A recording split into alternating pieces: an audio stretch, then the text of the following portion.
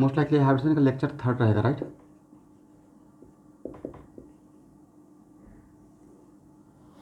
हम लोग क्या कर रहे थे student? sp2 habitation just start किए थे, नहीं?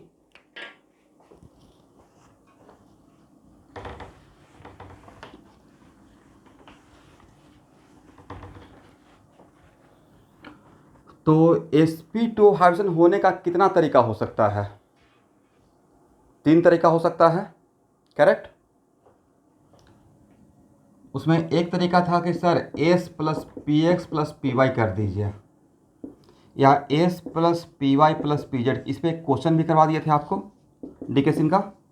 अब P Z plus P x कर दीजिए।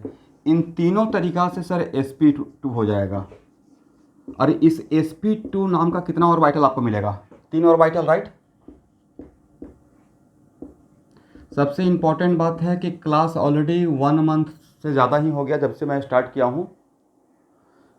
तो जो भी स्टूडेंट का पेमेंट या फ़ी नहीं हुआ है, तो नहीं, मैं ये नहीं बोल रहा हूँ कि एक ही बार अगर नहीं पॉसिबल है, बट एटलीस्ट आप यहाँ पे ऑफिस में आकर, या ऑफिस नहीं करते हैं तो मुझे व्हाट्सअप कीजिएगा, मैं खुद का ही अकाउंट नंबर दे दूँगा, तो फिर पेमेंट कर लेना है। क्योंकि आपके यहाँ से जो आएगा, अभी टफ़ टाइम है, तो उसी से मैं अपने फैकल्टी को दे पाऊँगा, या जो भी रेंट जाता है। बहुत हार्ड एंड फास्ट सिस्टम नहीं है, बहुत फ्लेक्सिबल सिस्टम का एटलीस्ट का है। ऐसा नहीं है कि हाँ किसी का फ़ी नहीं आएगा तो उसका क्लास रोक दिया जाएगा, नॉट लाइक दैट। बट फिर भी आपके यहाँ से जो आएगा उसी से सारे फैकल्टी का चलेगा। जानते हैं कंप्लीट एक टीम है, मैं अपना काम चला लूँगा, बट फैकल्टी लोग तो नहीं मानेंगे, उनको तो देना ही है, रेंट देना ही है। तो थोड़ा कोऑपरेट कीजिएगा। ऐसा नहीं कि नहीं देखेंगे सोचेंगे, नॉट लाइक दैट। क्योंकि जब सिस्टम आपके लिए सुबह से शाम तक लगा हुआ है पढ़ाने में, और वो अगर ये नहीं बोल रहा है कि हाँ देखेंगे सोचेंगे पढ़ाएंगे, तो same situation from your side. मैं एक जनरल बात बोल रहा हूँ, डोंट टेक इट अदरवाइज। चलिए, इसलिए कभी भी कैटलिस्ट से अगर जाता है कॉल कि हाँ पेमेंट करना है, तो थोड़ा सा पॉजिटिव रिस्पॉन्स लेकर एज सुन एज उसको देख लीजिएगा। आज से 2 साल पहले रहता था क्या कि मतलब लॉकडाउन नहीं है, सिचुएशन नॉर्मल है, तो चलो मुझे बहुत ज़्यादा फ़र्क नहीं पड़ता था, और मेरा मैक्सिमम टाइम पढ़ाने में ही मैं मस्त रहता हूँ। मुझे एक काम अच्छा लगता है और इसी में का मास्टर हूँ, तो उसमें थोड़ा फ्लेक्सिबिलिटी रहता था। बट टफ टाइम है, इतना सारे लोग, 10 लोग मुझसे जुड़े हुए हैं, सबको चलना पड़ेगा। चलिए, यहाँ पे प्योर क्या मिला था स्टूडेंट इसके लिए? P Z. यहाँ पे प्योर क्या मिला था? P X. यहाँ पे प्योर प्योर क्या मिला था? P Y, right. और इस सेम कॉन्सेप्ट देने के बाद मैंने बोला था कि देखिए परसेंटेज ऑफ पीजेड पूछे थे, percentage of PZ in sp2। तो 2 ऑप्शन था, पीजेड हो भी सकता है, नहीं भी हो सकता है। अगर जहाँ पे होगा तो 33.33, जहाँ पे नहीं होगा तो 0%। फॉर एग्जाम्पल इसमें पीजेड नहीं था, तो यहाँ से जब sp2 बनेगा तो उसमें पीजेड का कंट्रीब्यूशन 0% रहेगा। बट इन दोनों में पीजेड है तो उसमें कंट्रीब्यूशन क्या रहेगा? 1/3 रहेगा, राइट।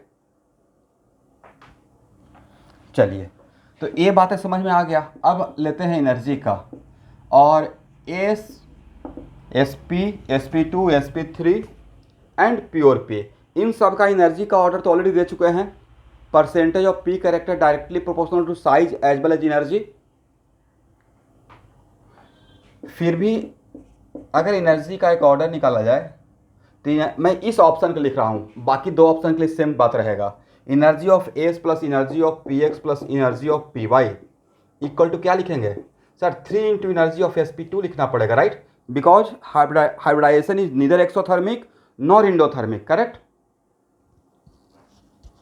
तो एनर्जी ऑफ sp2 क्या हो जाएगा?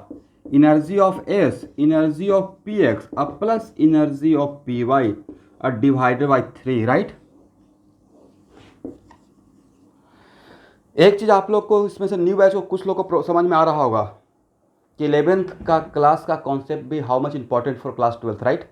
Without knowing the concept of math का तो मैथमेटिकल टूल का क्लास दे दिया हूँ, दर्शना। और भी क्लास चाहिए मैथमेटिकल टूल का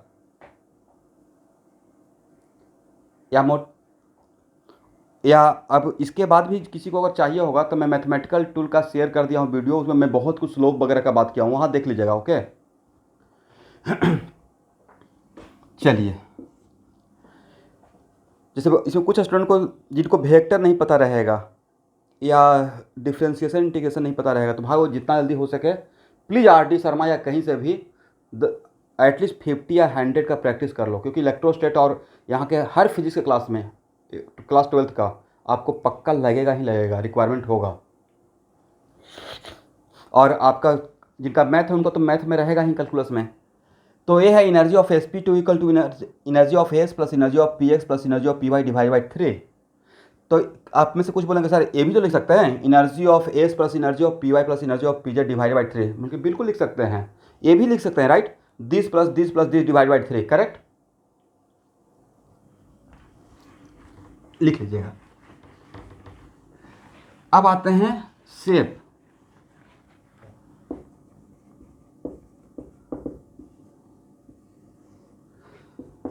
तो यहां भी तो मिक्स कर रहे हैं एस और पी को ही, तो जैसा shape of sp2 orbital is similar to shape of sp3 orbital. Same नहीं बोल रहे हैं, सिमिलर बोल रहे हैं, राइट।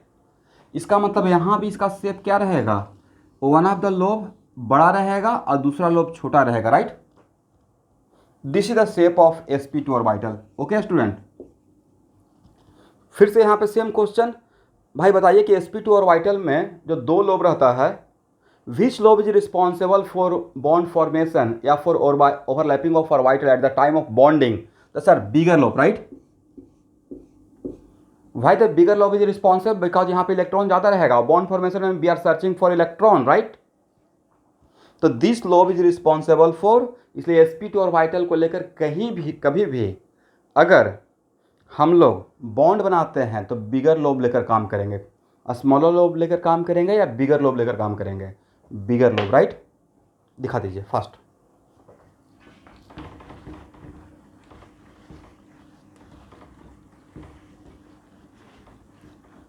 यहां तक किसी को प्रॉब्लम? लिखिए, किसी का ऑडियो ऑन है, म्यूट कीजिए। अब आइए ज्योमेट्री।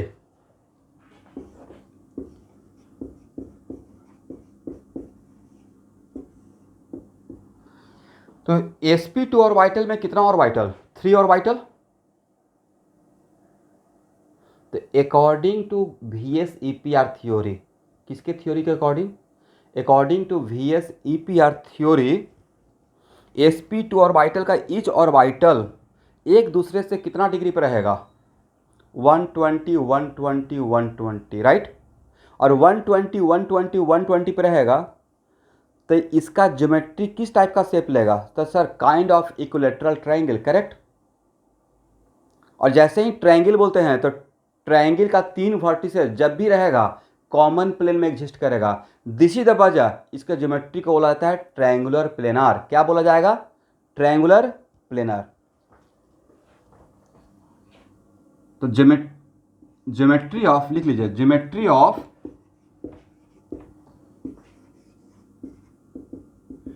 sp2 ऑर्बिटल्स और sp2 carbon is triangular planar. Agree, triangular planar रहेगा, ठीक है। एंड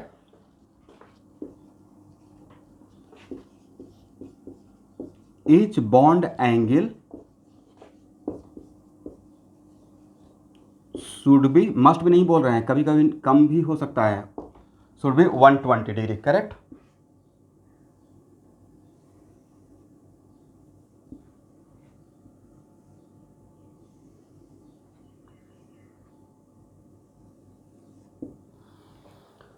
तो देखिए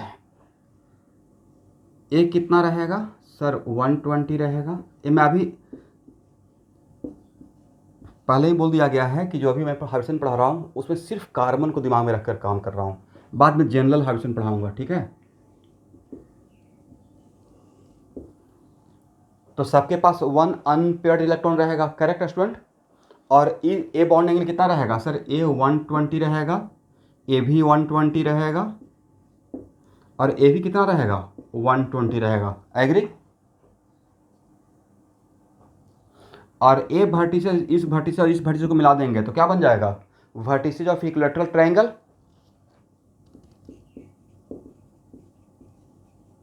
ट्रायंगुलर प्लेनार, करेक्ट ना।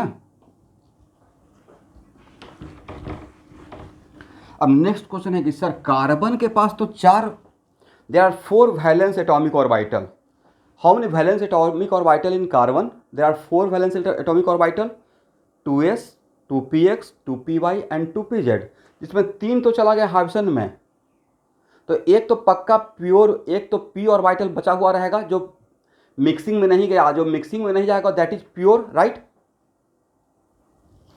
तो भाई जो प्योर है उसका ओरिएंटेशन क्या रहेगा, जो प्योर है उसका ओरिएंटेशन क्या रहेगा, क्योंकि आगे चलकर हमको उसका भी रिक्वायरमेंट होगा।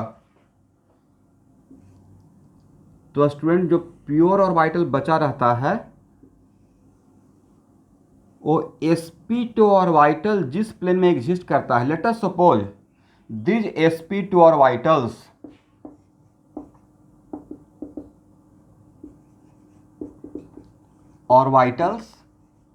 are sp2 orbitals lies in the whiteboard plane। मान लीजिए व्हाइटबोर्ड के प्लेन में है, तो इस व्हाइटबोर्ड के प्लेन के रेस्पेक्ट में जो प्योर पी है, तो बताइए प्योर पी कौन सा ऑर्बिटल रहेगा। तो सर प्योर पी तो तीनों में से कोई भी हो सकता है, क्योंकि तीन सिचुएशन था sp2 होने का, राइट, करेक्ट। तो लेट अस सपोज अगर हम लोग फर्स्ट सिचुएशन को ही इमेजिन करते हैं, तो लेट अस सपोज प्योर, मैं इसलिए बोल रहा हूँ late us suppose pure orbital is pz। तो ये जो pz रहेगा, और pz अगर मैं बोल रहा हूँ और प्योर बोल रहा हूँ, तो उसका दोनों लोब का साइज इक्वल रहेगा, राइट। तो ए pz इस व्हाइटबोर्ड के परपेंडिकुलर रहेगा। इसका मतलब sp2 हाइब्रिडाइजेशन में जो प्योर p बचा हुआ रहता है, दैट प्योर p ऑर्बिटल का orientation perpendicular to the plane in which sp2 orbital exist, right. इसका मतलब है कि इसके साथ इसका एंगल कितना रहेगा, 90। तो इसके साथ कितना एंगल रहेगा सर, 90 रहेगा। इसके साथ भी कितना रहेगा, 90 रहेगा। इसका मतलब कहने का सेंस ये हुआ कि a orbital all are sp2 orbital, वो अगर व्हाइटबोर्ड के प्लेन में है तो प्योर pz का ओरिएंटेशन सर इस प्लेन के रेस्पेक्ट में वन ऑफ द लोब आगे रहेगा और दूसरा लोब जस्ट पीछे रहेगा, राइट। तो नोट करके लिख लीजिए, in case of sp2 hybridisation, in case of sp2 hybridization, orientation of pure p orbital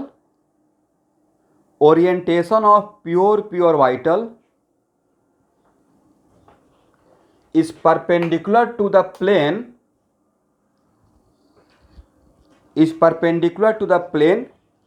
in which sp2 orbitals are exist।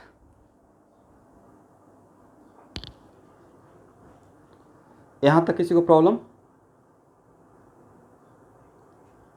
Yes, orientation of pz orbital is perpendicular to which plane, you just reply me. इस pure pz का orientation मैंने क्या बोला, किसके perpendicular रहेगा, मैं लिखवा भी दूंगा, पहले आप आंसर बताइए। इसका एक किसके परपेंडिकुलर रहेगा, तो सर इस व्हाइटबोर्ड के परपेंडिकुलर रहेगा। व्हाइटबोर्ड के परपेंडिकुलर क्यों, तो सर जिस प्लेन में मेरा sp2 ऑर्बिटल रहेगा उस प्लेन के परपेंडिकुलर एग्जिस्ट करता है। इन्हें मैं नहीं बोल रहा हूँ, एक्सपेरिमेंटल एविडेंस या ऑब्जर्वेशन बोल रहा है, करेक्ट। तो उसका लाइन था कि orientation of pure orbital is perpendicular to the plane, which plane, the plane in which sp2 orbital already exist और प्रेजेंट, करेक्ट।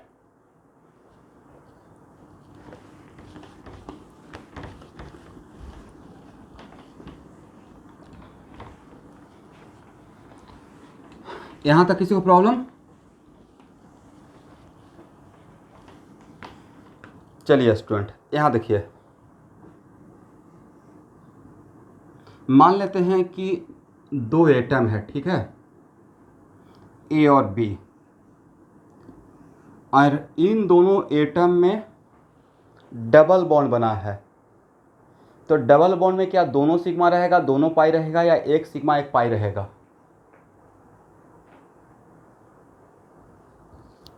एक सिग्मा एक पाई रहेगा। Very good. तो सिग्मा बॉन्ड किसके अलॉन्ग बना होगा स्टूडेंट?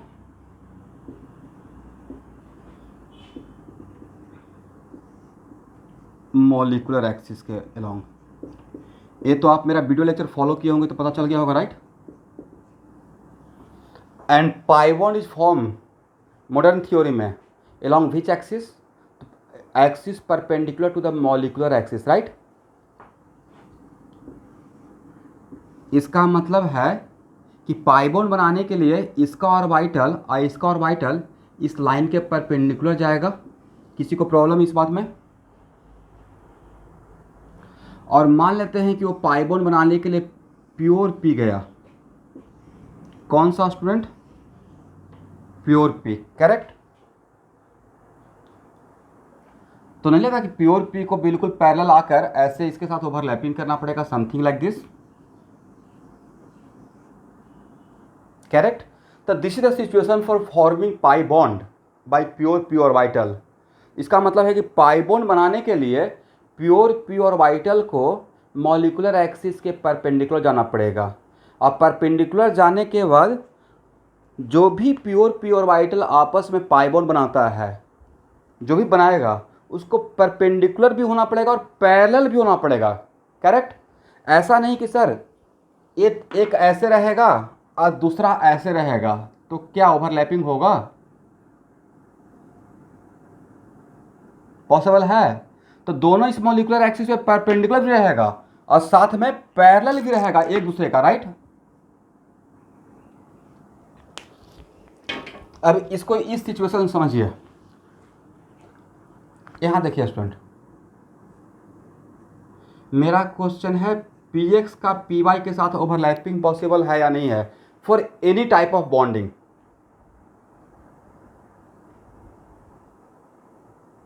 px का py के साथ is it possible the overlapping for any type of bonding?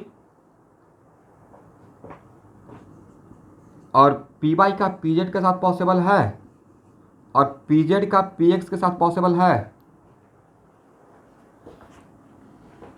क्यों नहीं पॉसिबल है भाई? तो सर ये सब आपको मिला है कहीं पे वीडियो में? तो चलिए, क्यों पॉसिबल नहीं उसको एक बार देख लेते हैं। सर ये है एक्स एक्सिस और जो P orbital along x axis रहता है उसको हम लोग नाम पी एक्स दे दिया, राइट? तो ये है मेरा पी एक्स, तो ये मेरा वाई एक्सिस रहेगा, राइट? तो भाई पी एक्स का पी वाई के साथ for any type of overlapping, चाहे सिग्मा बॉन्ड हो या पाई बॉन्ड हो, इट डजेंट मैटर। तो पी एक्स का पी वाई के साथ ओवरलैपिंग के लिए अगर पी वाई पी एक्स के अलॉन्ग अप्रोच करेगा तो अप्रोच कर रहा है बॉन्ड बनाने के लिए, बट जहाँ पे जा रहा है उसको वहाँ पे इलेक्ट्रॉन मिलेगा या इसका ये नोडल प्लेन है? नोडल प्लेन है। तो भाई सिचुएशन तो सर ऐसा हो जाएगा, और इस टाइप का ओवरलैपिंग अलाउड है बॉन्ड बनाने के लिए? नहीं, इस टाइप ओवरलैपिंग को मैं जीरो ओवरलैपिंग नाम दिया था, right? This type of overlapping are called what? Zero overlapping, correct? This is the reason आज के बाद px का py के साथ बॉन्ड फॉर्मेशन नहीं होगा, py का pz के साथ बॉन्ड फॉर्मेशन नहीं होगा पूरे केमिस्ट्री में, अब pz का px के साथ बॉन्ड फॉर्मेशन नहीं होगा। एग्री?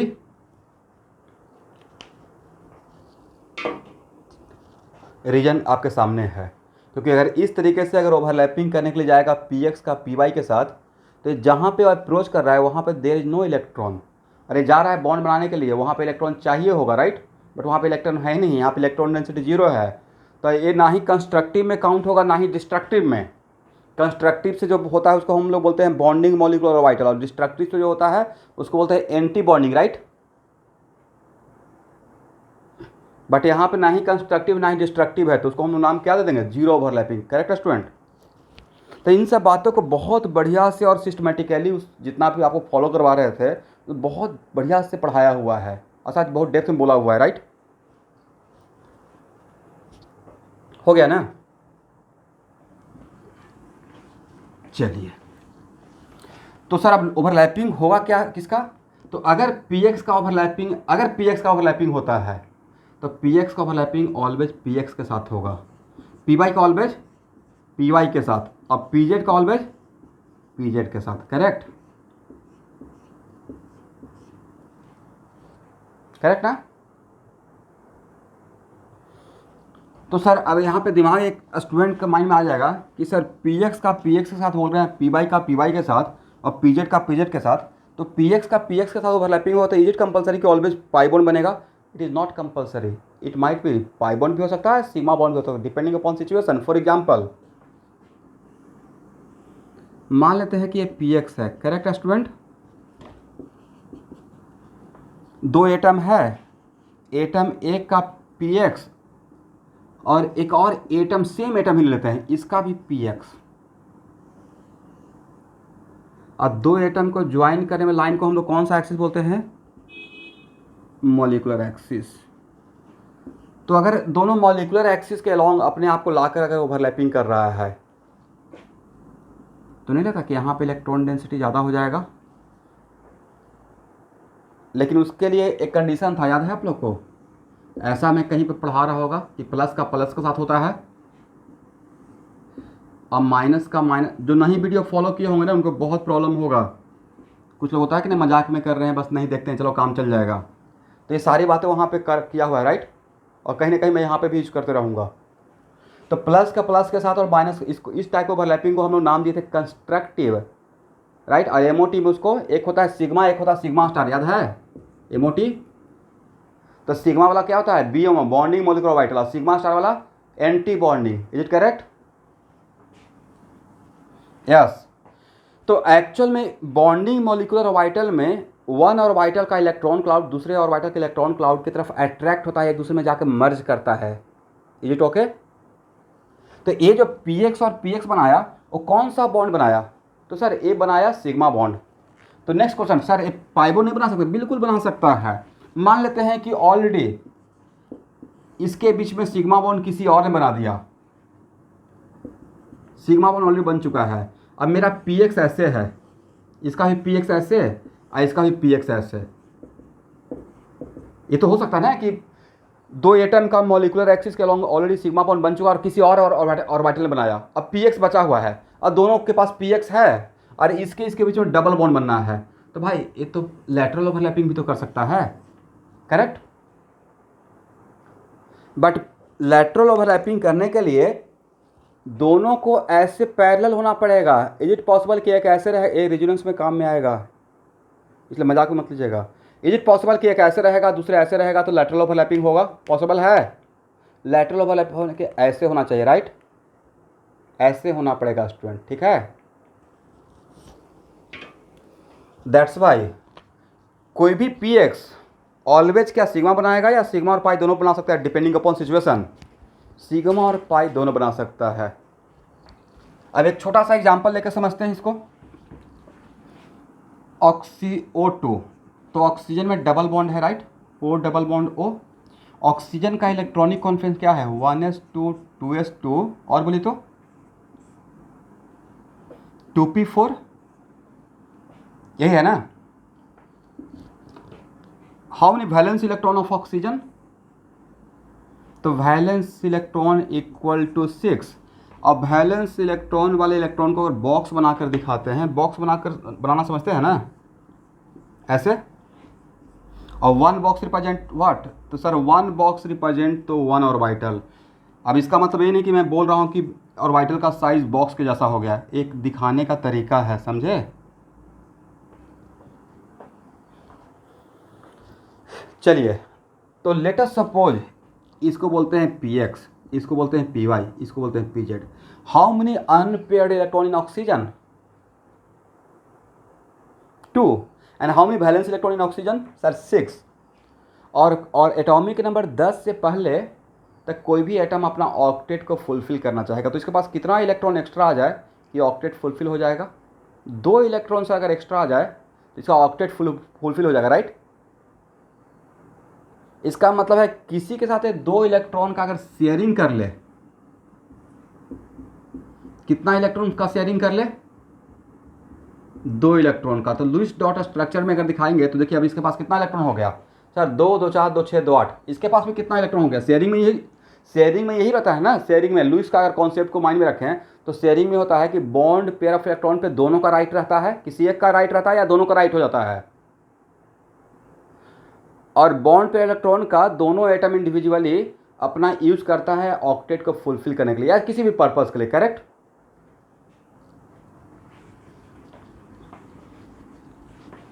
तो बताइए अब ऑक्सीजन के पास 2 ऑर्बिटल में अनपेयर्ड इलेक्ट्रॉन है, पी वाई और पी जेड। तो ऑक्सीजन पहले क्या बनाएगा, पहले पाई बॉन्ड बनाना स्टार्ट करेगा या सिग्मा बॉन्ड। तो सर पहले सिग्मा बॉन्ड एक्चुअली बनाता है, राइट। और ऑक्सीजन के ज्वाइन करने में लाइन को हम लोग मॉलिक्यूलर एक्सिस बोल देंगे। लेट अस सपोज इसने अपना यूज़ किया पी वाई, तो अगर ये पी वाई अपना लेके जा रहा है सिग्मा बॉन्ड बनाने के लिए, तो ये ऑक्सीजन एटम कौन सा देगा, पी जेड देगा या पी वाई ही देना पड़ेगा, पी वाई का पी वाई के साथ, राइट। तो ये तो बन गया this is the sigma bond due to overlapping of P Y and P Y. Then what about P Z, तो सर पी वाई के परपेंडिकुलर ही तो पी जेड रहेगा।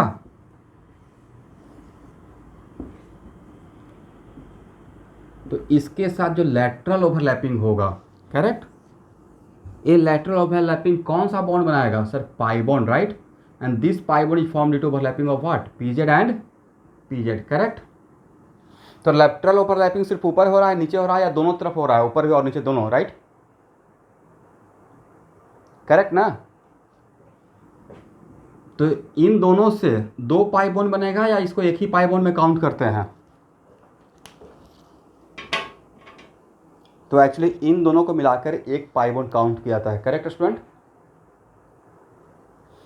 और ये जो पाई बॉन्ड रहेगा वो इस ऑक्सीजन के सिंगल बॉन्ड के सिर्फ ऊपर रहेगा, नीचे रहेगा, या half of the pi electron ऊपर रहेगा और half of the pi electron नीचे रहेगा। Very good. इसी को एक्चुअली ऐसे रिप्रेजेंट किया जाएगा, समझे। इसी को हम लोग आगे चलकर ऑर्गेनिक केमिस्ट्री में ऐसे बोलते रहेंगे कि अगर डबल बॉन्ड है तो पाई क्लाउड ऊपर भी है और पाई क्लाउड नीचे भी है। पाई क्लाउड का मतलब इलेक्ट्रॉन का वेव कैरेक्टर, राइट। तो half of the pi cloud ऊपर रहेगा और half of the pi cloud नीचे रहेगा, एग्री, करेक्ट ना।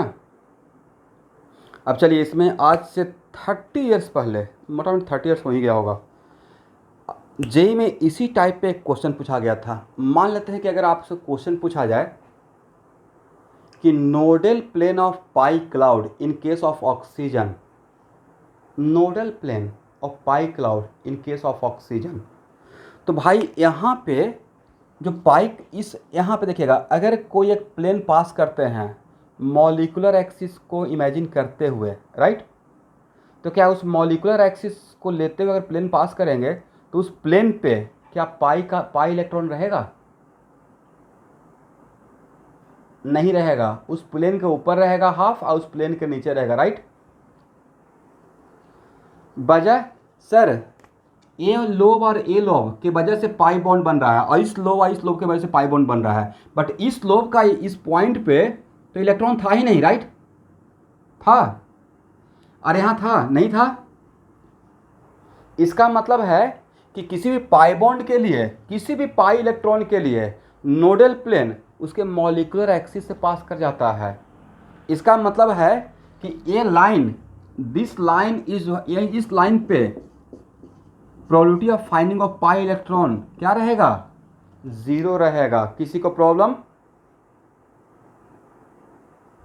अब नेक्स्ट क्वेश्चन, दूसरा क्वेश्चन उसी में घुमा के दिया जाएगा।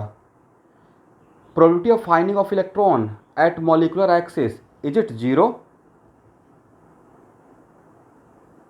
तो sir probability of finding of electron का अगर बात रहेगा तो उसमें तो नेट इलेक्ट्रॉन पूछा जा रहा है, तो उसमें भी सिग्मा बॉन्ड का भी इलेक्ट्रॉन काउंट करेंगे और पाई इलेक्ट्रॉन का भी है। तो यहाँ पे मैंने ये नहीं बोला कि इस एक्सिस पे, मॉलिक्यूलर एक्सिस पे इलेक्ट्रॉन रहेगा ही नहीं, ऑब्वियसली इलेक्ट्रॉन है, बट वो पाई इलेक्ट्रॉन नहीं है, सिग्मा बॉन्ड का इलेक्ट्रॉन है, राइट।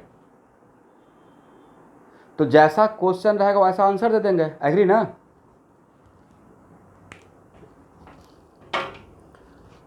यहाँ तक समझ में किसी को प्रॉब्लम? तो आज के बाद अगर पाई बॉन्ड को अगर मैं ऐसे पाई क्लाउड से रिप्रेजेंट करता हूँ रिएक्शन के पॉइंट ऑफ व्यू के लिए, तो आप लोग समझ पाएंगे कि किसी पाई बॉन्ड का half of the pi cloud ऊपर रहता है और हाफ ऑफ नीचे रहता है with respect to molecular axis.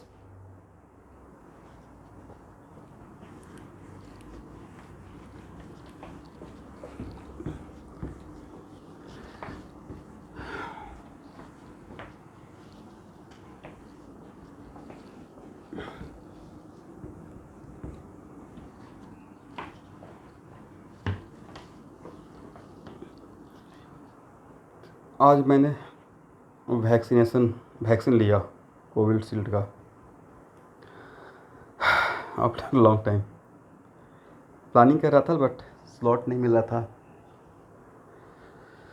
आप लोगों से भी कुछ लोग शायद ले चुके होंगे, राइट?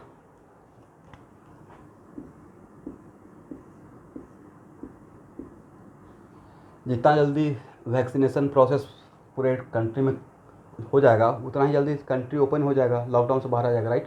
मोटा मोटी। एनीवे, नेक्स्ट, अब स्टूडेंट मैं आपके सामने कुछ डायग्राम बनाना चाह रहा हूँ। इसका यूज ऑर्गेनिक केमिस्ट्री में बहुत विगरस होगा।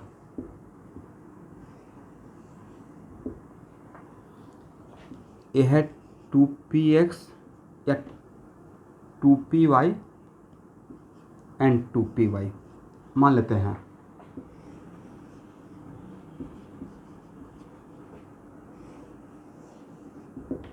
ये है 2py 3py, ये है 2py 4py। तो सबका तो p by P why he है, बट मेरा क्वेश्चन और सब p बाई पी वाई तो ऑब्वियसली पैरेलल रहेगा, और पैरेलल है तो लैटरल ओवरलैपिंग का सिचुएशन मैं क्रिएट किया हूँ। सबसे ज़्यादा इफेक्टिव पाई बॉन्ड कहाँ बनेगा?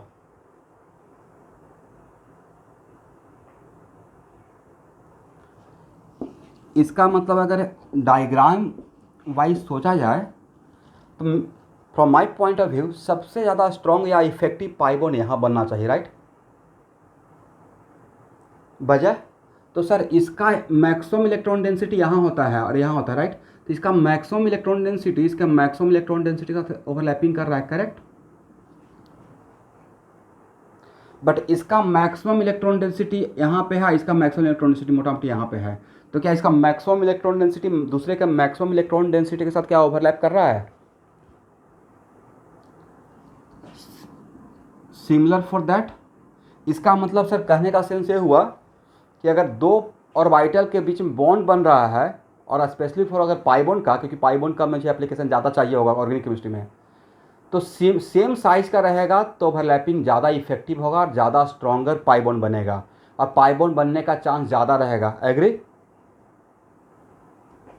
इसका मतलब है कि इन तीनों डायग्राम में extent of pi bond formation का अगर ऑर्डर दिया जाए तो सबसे ज़्यादा पाई बॉन्ड कहाँ पे इफेक्टिवली बनेगा? ए में, उसके बाद बी में, उसके बाद सी में। किसी को डाउट है तो अभी पूछ लीजिए, बाद में इसका बहुत जगह पे यूज करूँगा। क्लियर है? तो ए ग्रेटर, ये सब बात भी साथ कहीं पे मिला होगा आपको, right? Extent of pi bond formation. अभी आपको कोई प्रोजेक्ट दिया हुआ है या नहीं दिया हुआ है? केमिस्ट्री के साथ दिया हुआ होगा, राइट? क्या दिया हुआ था स्टूडेंट? ओके, एमओटी का तो पक्का बन रहा होगा अगर वीडियो फॉलो किए होंगे तो, और हाइब्रिडसन का भी। नोमेनक्लेचर का असाइनमेंट में कुछ आंसर गलत हो सकता है, बट अपना कॉन्फिडेंस लूज मत कीजिएगा। जो आंसर गलत रहेगा मुझे बस वहाँ पे लिख दीजिएगा, मैं इसको करेक्ट कर लूँगा, ठीक है? ठीक है, ये हो गया ना भाई? बहुत छोटा सिलेबस है, अगर उंगली पे काउंट कीजिएगा फिजिकल केमिस्ट्री का 10 तो चैप्टर ही है। लोग इतना परेशान हो रहते हैं। सिलेबस नो डाउट वास्ट है, हर चैप्टर को कवर करने में बहुत बढ़िया से तरीके से time it takes time. But अगर करना चाहिएगा किसी को मेंटर मान के, तो जैसे बोला जाए वैसे कवर कर लेते हैं, यकीन मानिए बहुत बढ़िया तैयारी हो जाएगा। देखिए दिसंबर तक आपका या जनवरी तक कितना बढ़िया से बोर्ड का तैयारी फिनिश करवा देंगे। A1 क्लास का बोर्ड तो मतलब टेंशन ही ख़त्म, जो एक बोर्ड का। बट जितना लेवल में मैं बात करूँगा फिजिक्स में, उस लेवल तक बातों को समझते रहिएगा। अब मेरा थोड़ा फिजिक्स क्लास थोड़ा स्टैंडर्ड लेवल का रहेगा इलेक्ट्रोस्टैट में, क्योंकि इलेक्ट्रोस्टैट यहाँ से इलेक्ट्रो से जो स्टार्ट हुआ है, तो पूरा electrodynamics is the part of 12th board syllabus. अब ये नहीं सोचना है कि अगला साल एग्जाम होगा नहीं होगा, जो होगा देखा जाएगा, बट इंट्रेंस एग्जाम में तो आएगा। चलिए, तो यहाँ तक तो क्लियर हो गया। अब देखिए स्टूडेंट, लेट अस सपोज मेरे पास 2 कार्बन है और दोनों sp2 हाइब्रिडाइज है। क्या है? sp2 hybridise. तो 2 कार्बन के बीच में पहले सिग्मा बॉन्ड बनाए या पहले पाई बॉन्ड बनाए? सिग्मा बॉन्ड बनाएंगे। ओके, अब यहाँ पे क्वेश्चन है कि सर इसके पास तो अगर sp2 हाइब्रिडाइज है तो इसके पास sp2 का 3 ऑर्बिटल रहेगा। कितना ऑर्बिटल? 3। एक प्योर p का भी तो रहेगा 1, राइट? तो यहाँ पे मैं प्योर p का यूज करूँ या sp2 ऑर्बिटल का यूज करूँ? तो सर sp2 ऑर्बिटल तो पाई बॉन्ड तो बनाएगा नहीं, right? Hybrid orbital always make sigma bond, never make pi bond. पिछले क्लास बताए थे कंक्लूजन डायग्राम के साथ, करेक्ट? दूसरी बात, आप जानबूझकर यहाँ देखिए,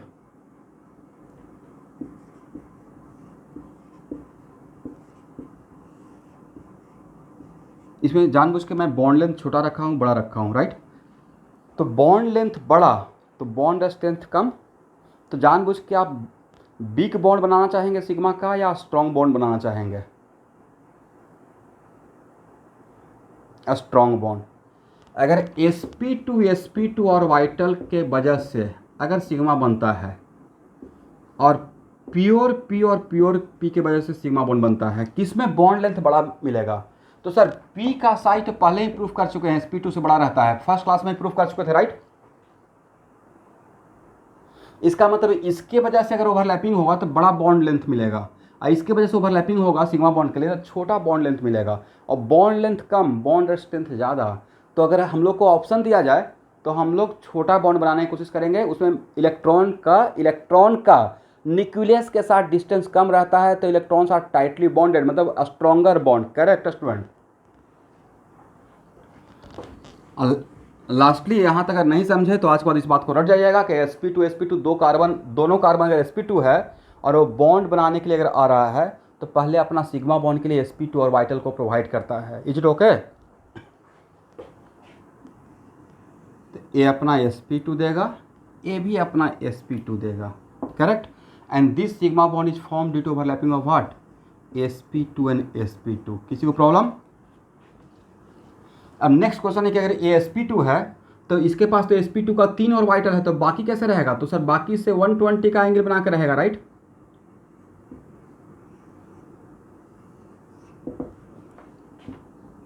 ये भी कितना बना के रहेगा? 120, और ये भी कितना बना के रहेगा? 120।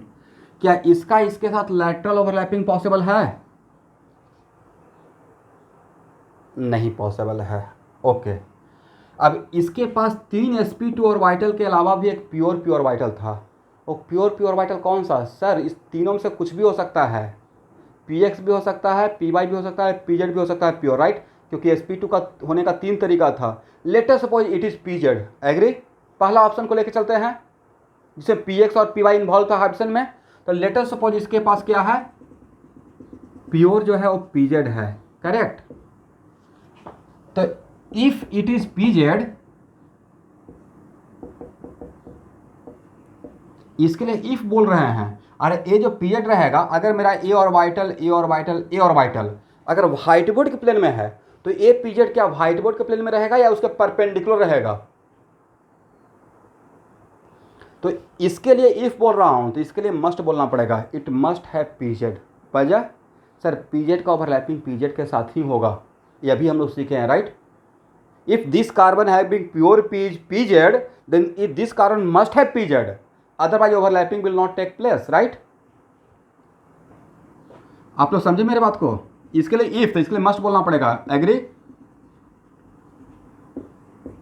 ऐसा करेंगे क्या कि इसका पीजेड रखेंगे, इसका पीएक्स रखेंगे, तो ओवरलैपिंग होगा? कार्बन 4 बॉन्ड बना ही नहीं पाएगा, और इसके बीच में लेटरल ओवरलैपिंग होगा। इस लेटरल ओवरलैपिंग से कौन सा बॉन्ड बनेगा? पाई बॉन्ड बनेगा। तो सर अभी तक तो 2 ही बॉन्ड बना, एक सिग्मा एक पाई, बाकी इसका। तो मान लेते हैं कि एक कार्बन बाकी 2 bond late us suppose hydrogen के साथ बना रहा है, 1s 1s। और जब हाइड्रोजन के साथ बनाएगा तो हाइड्रोजन को भी यहाँ पे इस, तो कार्बन और हाइड्रोजन को ज्वाइन करने में लाइन को मॉलिक्यूलर एक्सिस बोल देंगे। तो किसी भी मॉलिक्यूल में इज इट कंपलसरी कि एक ही मॉलिक्यूलर एक्सिस रहेगा? 2 एटम को ज्वाइन करने वाला लाइन, 2 एटम बहुत सारा हो सकता है ऑप्शन, राइट। तो इस कार्बन इस हाइड्रोजन को ज्वाइन करने लाइन को ये मॉलिक्यूलर एक्सिस, तो यहाँ पे जो एस 1s है उसको इस लाइन के अलॉन्ग जाके इसके साथ सेट करना पड़ेगा, 1s 1s 1s 1s। तो बताइए, this sigma bond is form due to overlapping of what? तो sir this sigma bond is form due to overlapping of sp2 and 1s, agree. तो बताइए मैंने किसका मॉलिक्यूलर और ऑर्बिटल डायग्राम ड्रॉ कर दिया आपके सामने? तो this is the molecular orbital diagram of what? This is the molecular orbital diagram of CH2 double bond CH2 का, राइट।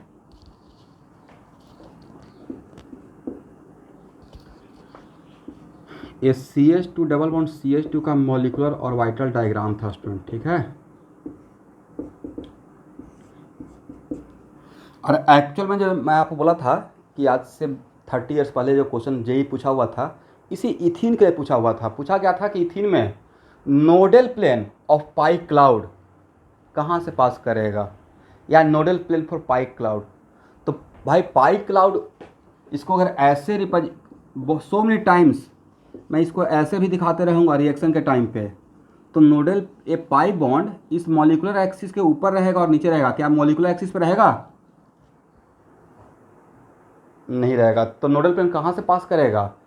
तो नोडल प्लेन कहाँ पे रहेगा पाई क्लाउड के लिए? मॉलिक्यूलर एक्सिस पे, the plane passing through the molecular axis, right. तो original question is this one, okay. ये जो लाइन रहेगा वो किसके लिए? पाई नोडल प्लेन का काम करेगा, पाई इलेक्ट्रॉन के लिए, करेक्ट स्टूडेंट? नोट डाउन कर लीजिए। चलिए अब नेक्स्ट, ये है sp2 कार्बन। किसी भी sp2 कार्बन के चारों तरफ around sp2 carbon how many bond angles are possible? अगर इसका नाम H1 दे दें, इसका नाम H2 दे दें, इसका नाम H3 दे दें, इसका नाम H4 दे दें, जस्ट नाम डिफरेंट दिखाने के लिए, then how many bond angles are possible? Sir एक तो ये बनेगा, और जिस बॉन्डिंग एंगल का नाम रहेगा H1CC, राइट, इसको C1C2 कर दीजिए, H1C1C2, राइट। दूसरा बॉन्ड के लिए भी तो रहेगा H1C1H2, और तीसरा बॉन्ड के लिए ये भी तो रहेगा H2C1C2।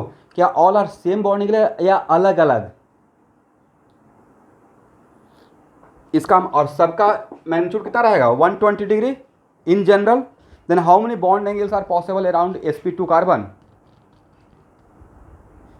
तो इस बात को नोट कर लिया जाए। There are 3 bond angles are possible around sp2 carbon. There are 3 bond angles are possible around sp2 carbon. यहाँ पे समझने में किसी को प्रॉब्लम?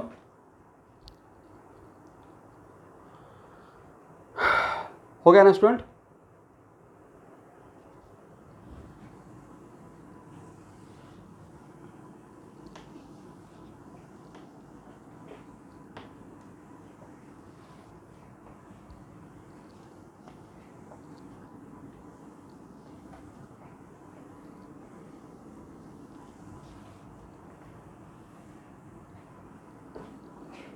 इसको हटाएं।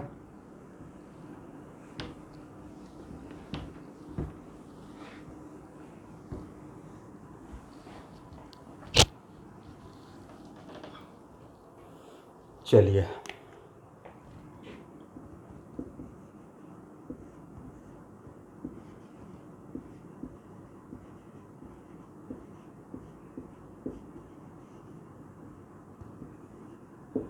लिखिए पोलैरिटी।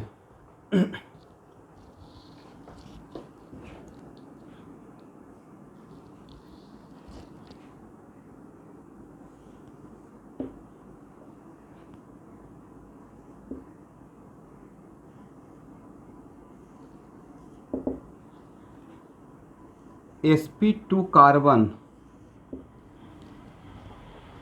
अच्छा, इससे पहले आपने देखा कि सर यहाँ पे इसके लिए CH2 double bond CH2, right. एक कार्बन का हाइड्रोजन क्या था सर? sp2 carbon. इस कार्बन का भी हाइड्रोजन क्या था स्टूडेंट? sp2 carbon. तो आपने क्या ऑब्जर्व किया? मैंने तो ऑब्जर्व किया कि आज के बाद पूरे ऑर्गेनिक केमिस्ट्री में कोई भी कार्बन अगर 3 सिग्मा बॉन्ड बनाएगा और अगर एक पाई बॉन्ड बनाएगा, it must be sp2, but it reverse may और मे नॉट। इसका उल्टा हो भी सकता है और नहीं भी हो सकता है। कहने का मतलब है कि अगर किसी भी कार्बन का हाइड्रोजन अगर sp2 है तो हम लोग ये ब्लाइंडली नहीं बोल सकते हैं कि उसके पास 3 सिग्मा एक पाई रहेगा ही रहेगा। बट अगर किसी कार्बन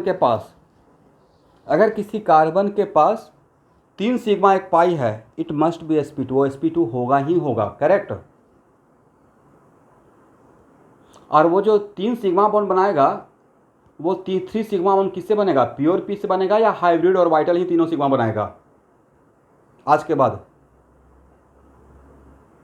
हाइब्रिड और वाइटल बनाएगा। तो इस बात को हम लोग को यहाँ पे एक लाइन नोट कर लेना चाहिए। उसके बाद प्लेनेटी पे आते हैं। If any carbon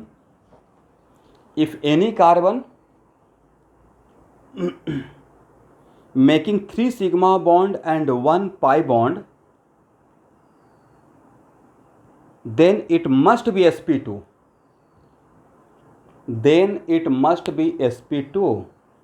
But its reverse may or may not.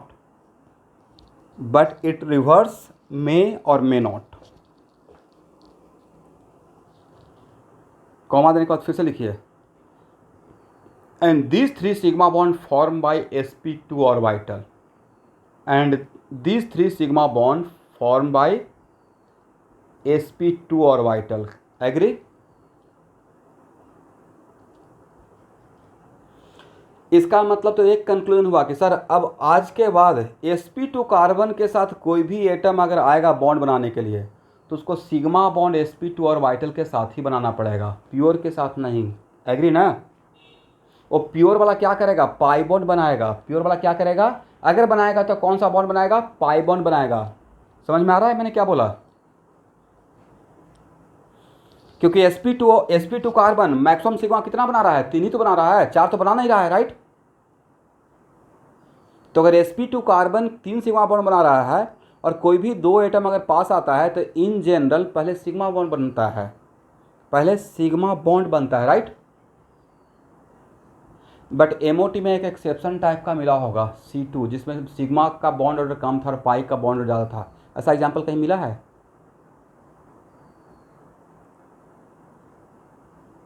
Carbon का MOT का जब पढ़ रहे होंगे तो C2 में या किसी में आपको सिग्मा बॉन्ड का बॉन्ड ऑर्डर कम दिखा होगा, पाई बॉन्ड का बॉन्ड ऑर्डर ज़्यादा दिखा होगा, करेक्ट। और उसमें मैं बार बार बोल रहा था कि देखिए 2019 में JEE में पूछा हुआ है और आपको सिर्फ बॉन्ड ऑर्डर MOT में सिर्फ ओवरऑल बॉन्ड ऑर्डर निकालने के लिए सिखाया गया है, सिग्मा का भी सिखाया गया है और पाई का भी सिखाया गया है। सिग्मा का भी सिखाया, यस, अलग अलग सिखाया गया है, तो उसको वहाँ पे केयरफुल रखकर देखने वाला बात था। एनीवे, नाउ मेरे पास ये sp2 ऑर्बिटल है, करेक्ट। अगर इस sp2 कार्बन के साथ अगर कोई भी 3 एटम A B D अगर बॉन्ड बनाने के लिए आएगा तो आपको नहीं लगता है कि जो बॉन्ड बनाने के लिए आएगा वो सबसे पहले सिग्मा बॉन्ड बनाना पड़ेगा इन जनरल? और सिग्मा बॉन्ड बनाने के लिए इसके साथ ओवरलैप करना पड़ेगा इस ऑर्बिटल के साथ, राइट। और इस ऑर्बिटल से ओवरलैप करने के लिए उसको इस लाइन के अलॉन्ग आना पड़ेगा मॉलिक्यूलर एक्सिल ओवरलैपिंग करने के लिए, राइट। इसका मतलब है कि अगर एटम A अगर इसके साथ सिग्मा बॉन्ड बनाने के लिए आता है तो उसको इस लाइन के अलॉन्ग आना पड़ेगा। Agree student? और अगर एटम B अगर बॉन्ड बनाने के लिए आता है तो उसको इस लाइन के अलॉन्ग आना पड़ेगा। क्वेश्चन, सर क्यों आना पड़ेगा? तो भाई एक्सियल ओवरलैपिंग होना पड़ेगा, दो एटम के ज्वाइन करने लाइन को एक्सियल ओवरलैपिंग मॉलिक्यूलर एक्सिस बोलते हैं, उसको इसी एक्सिस के अलॉन्ग आकर इसके साथ एक्सियल ओवरलैपिंग के अलॉन्ग आना पड़ेगा, करेक्ट। बी को भी किस लाइन के अलॉन्ग आना पड़ेगा, इस लाइन के अलॉन्ग आना पड़ेगा, और डी को भी किस लाइन के अलॉन्ग आना पड़ेगा, अगर डी सिग्मा बॉन्ड बनाता है तो उसको इसी लाइन के अलॉन्ग अप्रोच करना पड़ेगा। आप लोग इस बात से एग्री हैं? तो ए लाइन ए लाइन ए लाइन कहाँ है सर, व्हाइट बोर्ड में है, राइट। अब हाँ ना बोलिए। इसका मतलब है कि ए बी और डी किस प्लेन में है सर, व्हाइट बोर्ड में है, राइट। और सी भी किस प्लेन में है सर, व्हाइट बोर्ड में ही है। तो आज के बाद पूरे ऑर्गेनिक केमिस्ट्री के लिए अगर कोई भी एटम डायरेक्टली अगर sp2 कार्बन से अगर अटैच होता है तो उन सारे एटम को उसी प्लेन में रहना पड़ेगा जिस प्लेन में ए कार्बन है।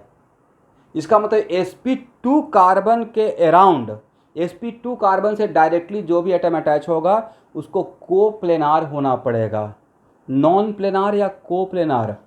This is the proof, right, correct ना। लिखिए कंक्लूजन में नोट करके, बहुत बड़ा पॉइंट है। If any atom directly attached with sp2 carbon, if any atom directly attached with sp2 carbon, then they must lie in the same plane, then they must lie in the same plane in which sp2 carbon already present. They must lie in the same plane in which sp2 carbon already present. Agree? It means conclusion is that any atom directly attached with sp2 carbon, then all these atoms should be coplanar. Then all these atoms should be coplanar. Correct na? It means conclusion is that if any atom nahi, if the atoms directly attach with sp2 carbon, then all these atoms should be coplanar. Then all these atoms should be coplanar. Proof is this one. ये मैंने proof दे दिया। किसी को यहाँ पे doubt है तो मुझे रोक के पूछ सकते हैं, ठीक है ना। चलिए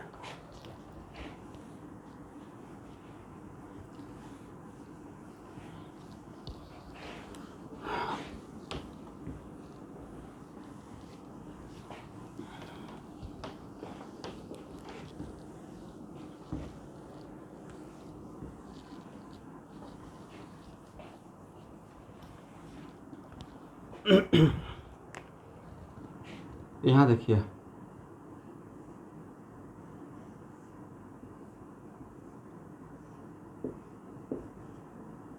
ये क्या है तो सर ये बेंजीन है, राइट। बेंजीन में एक कार्बन कितना सिग्मा कितना पाई बनाया है, देखिए तो सब लोग को रिप्लाई करना है भाई, एक दो लोग थोड़े क्लास कर रहे हैं। 3 सिग्मा 1 पाई, राइट। sp2 एग्री ना। एक कार्बन कितना सिग्मा बॉन्ड बनाया है तो सर 3 सिग्मा 1 पाई मतलब sp2, राइट। एक कार्बन कितना सिग्मा बॉन्ड बनाया है, 3 सिग्मा 1 पाई sp2, राइट। एक कार्बन कितना सिग्मा बनाया है, 3 सिग्मा क्या बनाया है, 3 सिग्मा 1 पाई। एक कितना 3 सिग्मा 1 पाई, एक कितना 3 सिग्मा 1 पाई। इसका मतलब बेंजीन में all carbons are sp2 carbon, agree. All carbons are sp2 carbon. किसी को प्रॉब्लम? अब चलिए यहाँ पे आते हैं। यहाँ देखिए इस कार्बन से डायरेक्टली अटैच कौन कौन है, अगर इसका नाम C1 देते हैं 1 2 3 4 5 6, तो सर इस कार्बन से अटैच है H, C2 और C6, एग्री। इस कार्बन से डायरेक्टली जहाँ पर मैं फिंगर रखा हूँ। इसका मतलब इस कार्बन से डायरेक्टली अटैच है एक ए कार्बन ए हाइड्रोजन। तो ए कार्बन और ए हाइड्रोजन और कार्बन नंबर 1 इटसेल्फ, नहीं लगता है चारों को सेम प्लेन में होना चाहिए according to this concept, correct ना? बाकी लोग बोलते ही नहीं, बाकी लोग के साथ बड़ा समस्या है भाई या तो बोलना नहीं चाहते हैं, यानी तो कसम खा लिए हैं कि म्यूट करके छोड़ देना है, बाकी हम देखते रहेंगे। चलिए, इसका मतलब इस यहाँ पे इंक्लूडिंग दिस कार्बन ए और ए कार्बन सब 4 एटम सेम प्लेन में। अब यहाँ से इस कार्बन से C2 से कौन कौन अटैच है, थोड़ा बोल तो सकते ही हैं सर। C2 से अटैच है C1 C3 और H, राइट? तो H C3 और C1 क्या सेम प्लेन में होगा? तो भाई ए और ए सेम प्लेन में, करेक्ट? और ए और ए भी सेम प्लेन में। तो लॉजिक क्या है, क्या ए और ए डिफरेंट प्लेन में रहेगा? ए भी व्हाइट बोर्ड में और ए भी व्हाइट बोर्ड में, करेक्ट ना? लॉजिक क्या हुआ? जैसे आप बोल रहे हैं एच C1 C2 और C6 व्हाइट बोर्ड में, एग्री? और AH इसका भी नाम कर देते हैं H1 H2 H3 H4 H5 आपको समझाने के लिए H6। तो H1 C1 C2 C6 same plane में, वो प्लेन व्हाइट बोर्ड है, यहाँ तक एग्री आप लोग सब लोग होंगे। फिर H2 C2 C3 C1 white board में ही, करेक्ट?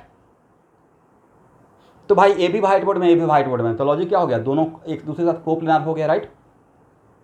इस तरीके से अगर कोरिलेट करें तो बेंजीन मॉलिक्यूल का सारा एटम नहीं लेता व्हाइट बोर्ड में है। इसका मतलब है कि ओवरऑल बेंजीन मॉलिक्यूल कोप्लेनार है, नहीं? इसका मतलब बेंजीन मॉलिक्यूल का स्ट्रक्चर फ्लैट स्ट्रक्चर है, agree? All atom of benzene are lies in the different plane or lies in the same plane?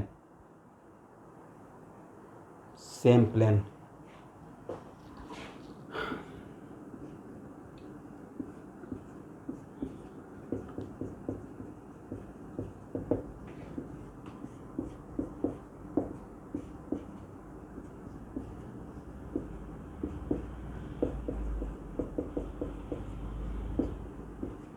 चलिए, आपको क्रॉस चेक करके बताना है कि C2H4 मतलब CH2 double bond CH2 overall पूरा मॉलिक्यूल नॉन प्लेनार या कोप्लेनार, थोड़ा लॉजिक लगा के बताइए।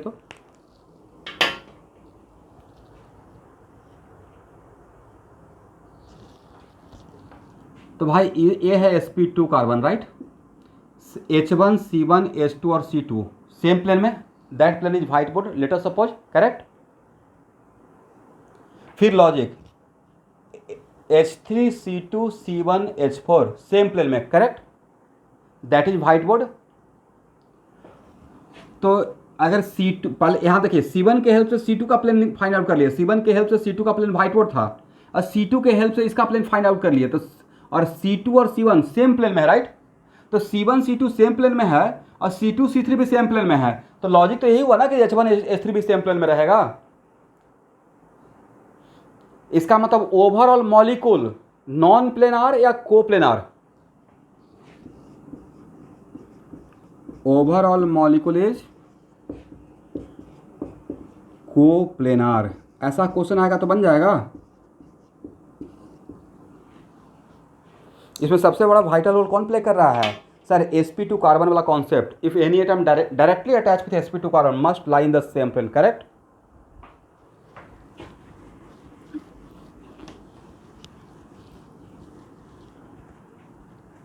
हाँ,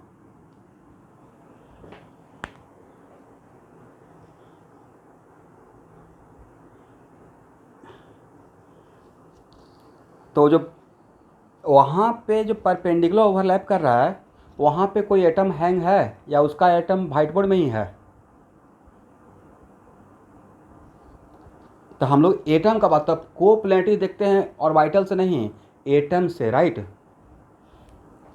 इस एक स्टूडेंट का बहुत बढ़िया क्वेश्चन था कि सर पाई बॉन्ड तो ऐसे बन रहा है, पाई बॉन्ड ऐसे बन रहा है नो डाउट, बट उसका C1C2 कहाँ पे है, क्या यहाँ पे है या व्हाइट बोर्ड में ही है?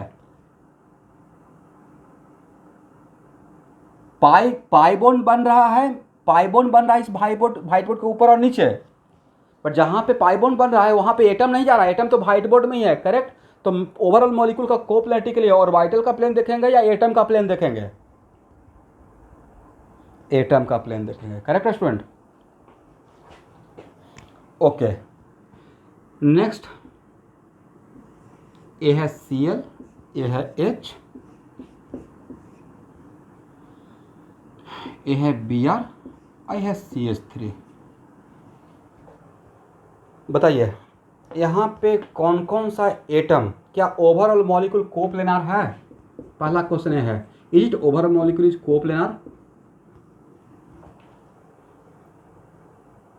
तो सर किसी भी मॉलिक्यूल में अगर sp3 कार्बन आ गया तो पक्का और नॉन प्लेनार हो जाएगा, क्योंकि sp3 का ज्योमेट्री ही 3 डायमेंशनल होता है, मोर देन 1 प्लेन, राइट। तो नहीं लगता कि इस कार्बन का ज्योमेट्री sp3 है, इस कार्बन का कोई भी कार्बन अगर 4 सिग्मा बॉन्ड बनाता है तो it must B sp3, right. तो मेरा को इसका मतलब एक आंसर तो मिल गया, ओवरऑल मॉलिक्यूल क्या है, इज नॉन प्लेनार, करेक्ट ना।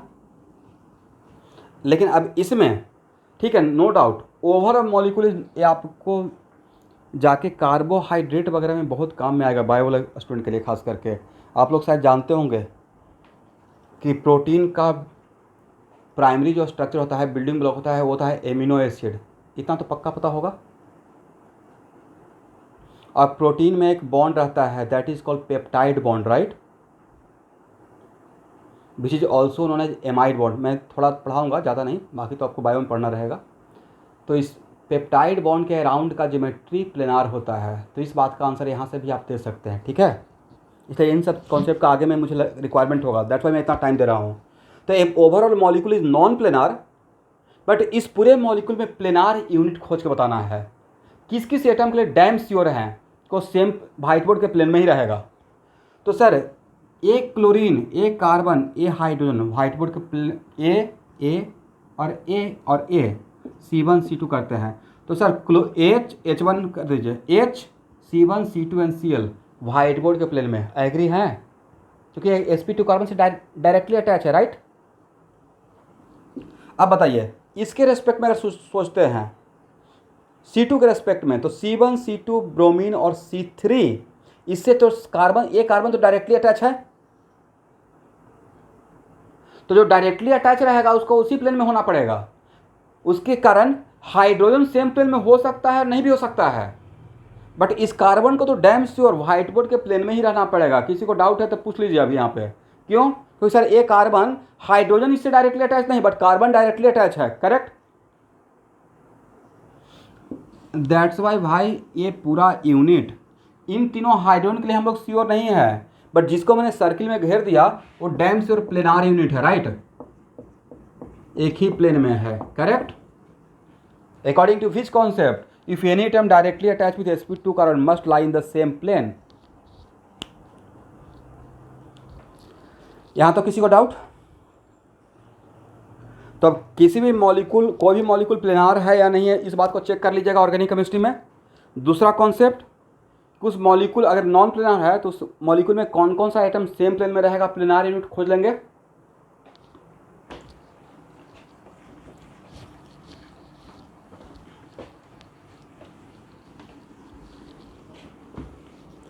And how many bond angles are possible around sp2 carbon? There are 3 bond angles, right? sp2 carbon के अराउंड कितना बॉन्ड एंगल था स्टूडेंट? 6, राइट, 6 ही तो था। चलिए अब आइए sp हाइब्रिडाइजेशन।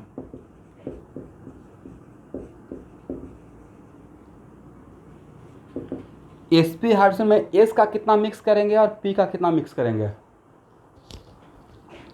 सर s का पावर 1 है, p का पावर 1 है, राइट। तो sir s plus P x ये भी कर सकते हैं, s प्लस पी वाई ये भी कर सकते हैं, और एस प्लस पी जेड ये भी कर सकते हैं। इसका मतलब एस पी हाइब्रिडाइजेशन होने के लिए कितना पॉसिबिलिटी है, how many possibility for S P hybridisation, there are 3 possibility right.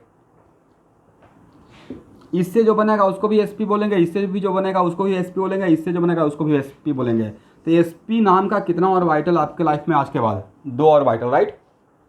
और उसका बनने का कितना तरीका, 3 तरीका, वन ऑफ द वे ए रहेगा, दूसरा ए रहेगा, तीसरा ए रहेगा। Is it correct?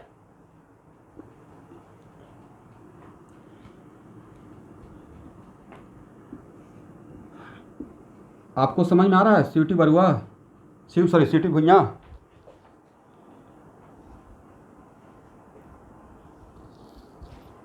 प्रेजेंट हैं?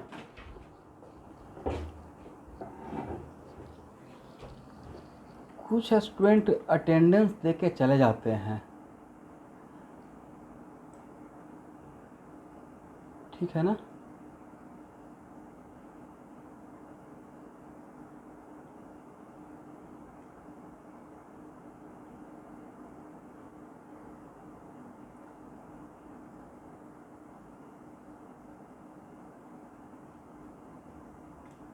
चांस की बात है कि मैं जिनका नाम लिया हूँ वही अब्सेंट हो गए हैं।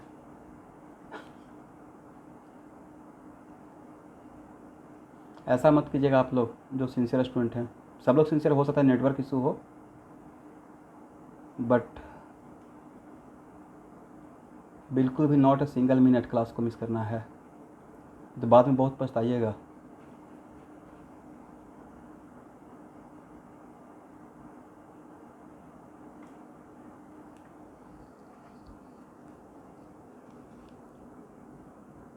आज के बाद किसी को भी क्लास किसी वजह से लीव करना रहेगा तो एटलीस्ट मैं क्लास लेते रहता हूँ, आप बोल कर जाएंगे।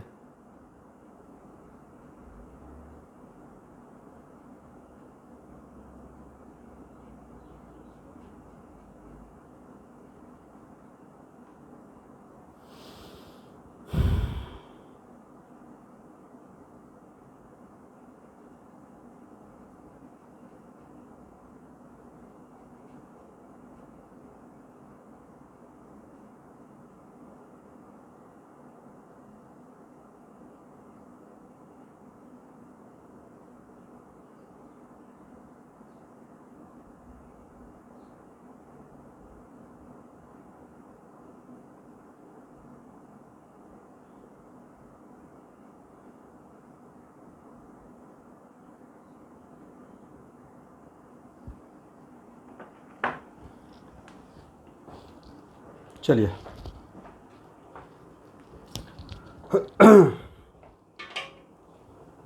बोलिए, अगर इस कॉम्बिनेशन को लेते हैं तो प्योर कौन सा रहेगा? इस कॉम्बिनेशन को लेते हैं प्योर कौन रहेगा? P X P Z. इस कॉम्बिनेशन को लेते हैं प्योर कौन रहेगा? P Y and P Z. यहाँ तक आ जाइए फास्ट।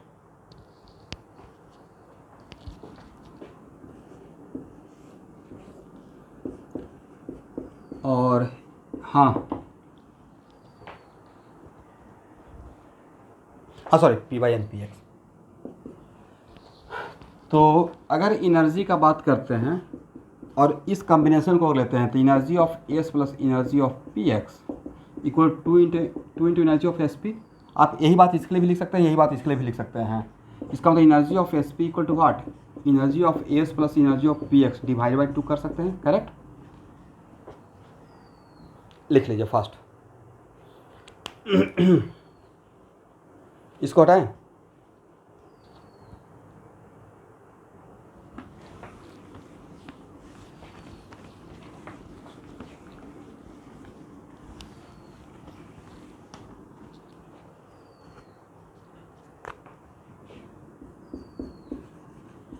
स्टूडेंट शेप अभी भी बिल्कुल सिमिलर वैसा ही रहेगा जैसा sp3 है और sp2 था। तो सर डिफरेंस क्या रहेगा? डिफरेंस रहेगा जो कि आगे पता चलेगा, डिफरेंस रहेगा उसके साइज का, ठीक है। Shape is similar to what, shape is similar to sp3 and sp2। यहाँ भी एक बिगर लोब रहेगा, यहाँ पे स्मॉलर लोब। और which lobe is responsible for bond formation? Same sir, bigger lobe right. Okay, what about geometry student according to VSEPR theory? तो दो sp orbital के बीच का ज्योमेट्री रहता है, एक दूसरे से मैक्सिमम डिस्टेंस पर आना चाहेगा तो वो रहेगा 180 सॉरी एक दूसरे से 180 के डिग्री पे, करेक्ट। यहाँ तक ये लिखिए फर्स्ट।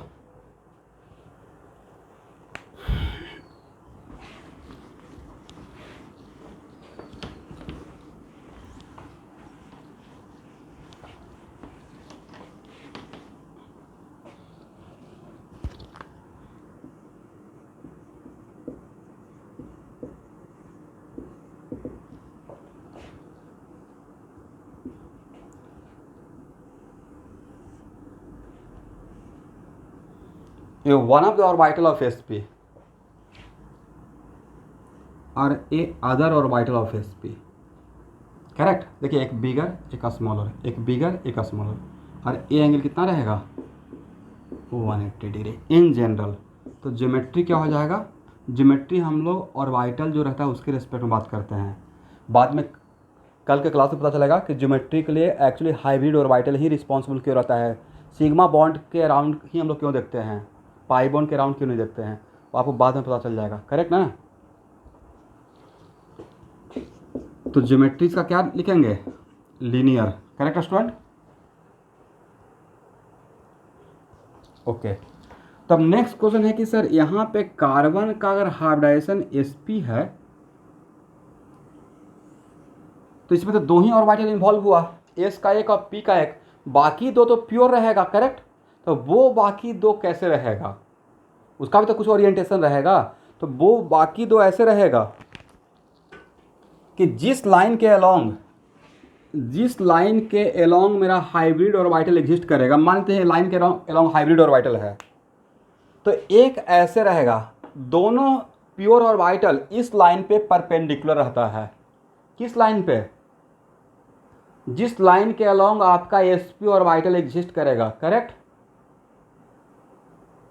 तो one of the pure orbital ऐसे रहेगा, तो दूसरा ऐसे रहेगा स्टूडेंट। लेट अस सपोज मान लेते हैं कि एक ऐसे है, मान लेते हैं कि प्योर जो है एक है py, तो दूसरा कैसे रहेगा pz ऐसे रहेगा। और py और pz एक दूसरे से कितना एंगल पे रहेगा 90 डिग्री पे, क्योंकि one of them is along y axis, other along z axis, right. But a यहाँ देखिएगा, ए भी इस लाइन पे परपेंडिकुलर रहेगा और ए भी इस लाइन पे परपेंडिकुलर रहेगा, जस्ट लाइक दिस। एक ऐसे रहेगा तो दूसरा कैसे रहेगा, ऐसे रहेगा, ठीक है। आप लोग समझ पा रहे हैं मैं क्या बोल रहा हूं? ओके, इसका मतलब है कि two pure orbital are perpendicular the line, which line, the line, वो कौन सा लाइन है, जिस लाइन के अलोंग मेरा हाइब्रिड ऑर्बिटल है, करेक्ट, ठीक है ना। चलिए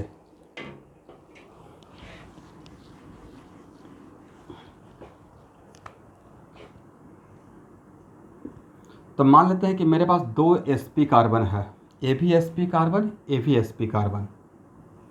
तो सबसे पहले तो क्या बनाएगा, सिग्मा वन बनाएगा। और ये sp2 में ही मैं प्रूफ कर चुका कि अगर sp2 कार्बन और sp कार्बन है तो सिग्मा बॉन्ड बनाने के लिए पहले अपना हाइब्रिड ऑर्बिटल को प्रोवाइड करता है।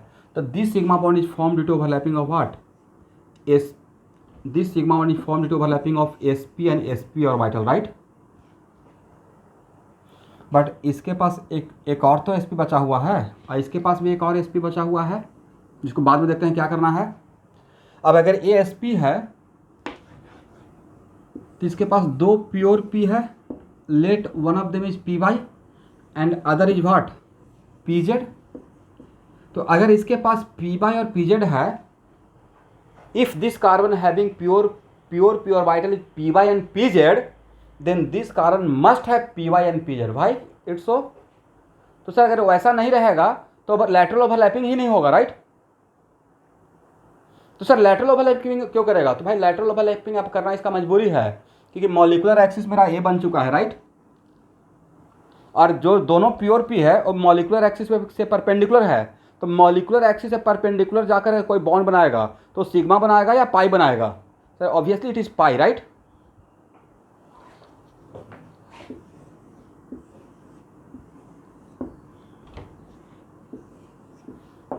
तो इसको भी पी वाई और पी जेड ही होना पड़ेगा, और पी वाई का ओवरलैपिंग किसके साथ, पी वाई के साथ, और पी जेड का ओवरलैपिंग किसके साथ, पी जेड के साथ, करेक्ट।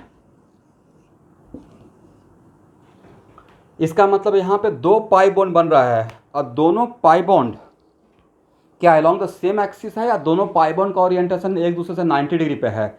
एक पाई बॉन्ड अगर अलोंग बाई एक्सिस बन रहा है तो दूसरा pi bond along Z axis बन रहा है, right. It means in case of this example both pi bonds are oriented at the 90 degree. दोनों पाई बॉन्ड्स का ओरिएंटेशन एक दूसरे के रेस्पेक्ट में कितना डिग्री पे है, 90 डिग्री पे है। Is it okay? बार बार एक ही बात नहीं बोलूँगा। सबसे पहले ही मैं बोल चुका हूँ कि पूरा ऑर्गेनिक केमिस्ट्री समझने के लिए रीजनल समझना रिक्वायरमेंट है। रीजनल समझाने के लिए मैं हर चीज़ पढ़ा रहा हूँ, अदरवाइज मेरा एक शौक नहीं है कि आपको, हाँ अरे मेरा मजबूरी था कि ऑर्गेनिक केमिस्ट्री क्लास 11 से स्टार्ट किए हैं। कोई भी चाहेगा कि क्लास 12 में उसको 11th का एकदम बर्डन दे दें, वो मेरे पास क्लास 12 के लिए आए हैं। बट फिर भी अगर मैं यहाँ से स्टार्ट कर रहा हूँ, डैम से और कोई वजह है। तो अगर मन थोड़ा 2% नहीं भी लगता है तो लगाइए। केमिस्ट्री ऐसा सब्जेक्ट है जो आपको लाइफ बना देगा, और एग्ज़ाम देने के बाद एग्ज़ाम हॉल से निकलिएगा तब पता चलेगा कि मैं क्या बोल रहा था। ये भाई रैंक दिलवा देता है, कंप्लीट नहीं करवाता है। जो करने वाला रहते हैं उनका रैंक आ जाता है। और जिस लेवल का ऑर्गेनिक आप लोग को पढ़ाने वाला हूँ, one of the best. But उसमें टाइम लगेगा, बहुत मन से पढ़ना पड़ेगा। अब बहुत लोग बोलते हैं मन नहीं लगता है। भाई मन लगेगा, अगर डू एंड डाई का सिचुएशन रहेगा ना, करो और मरो।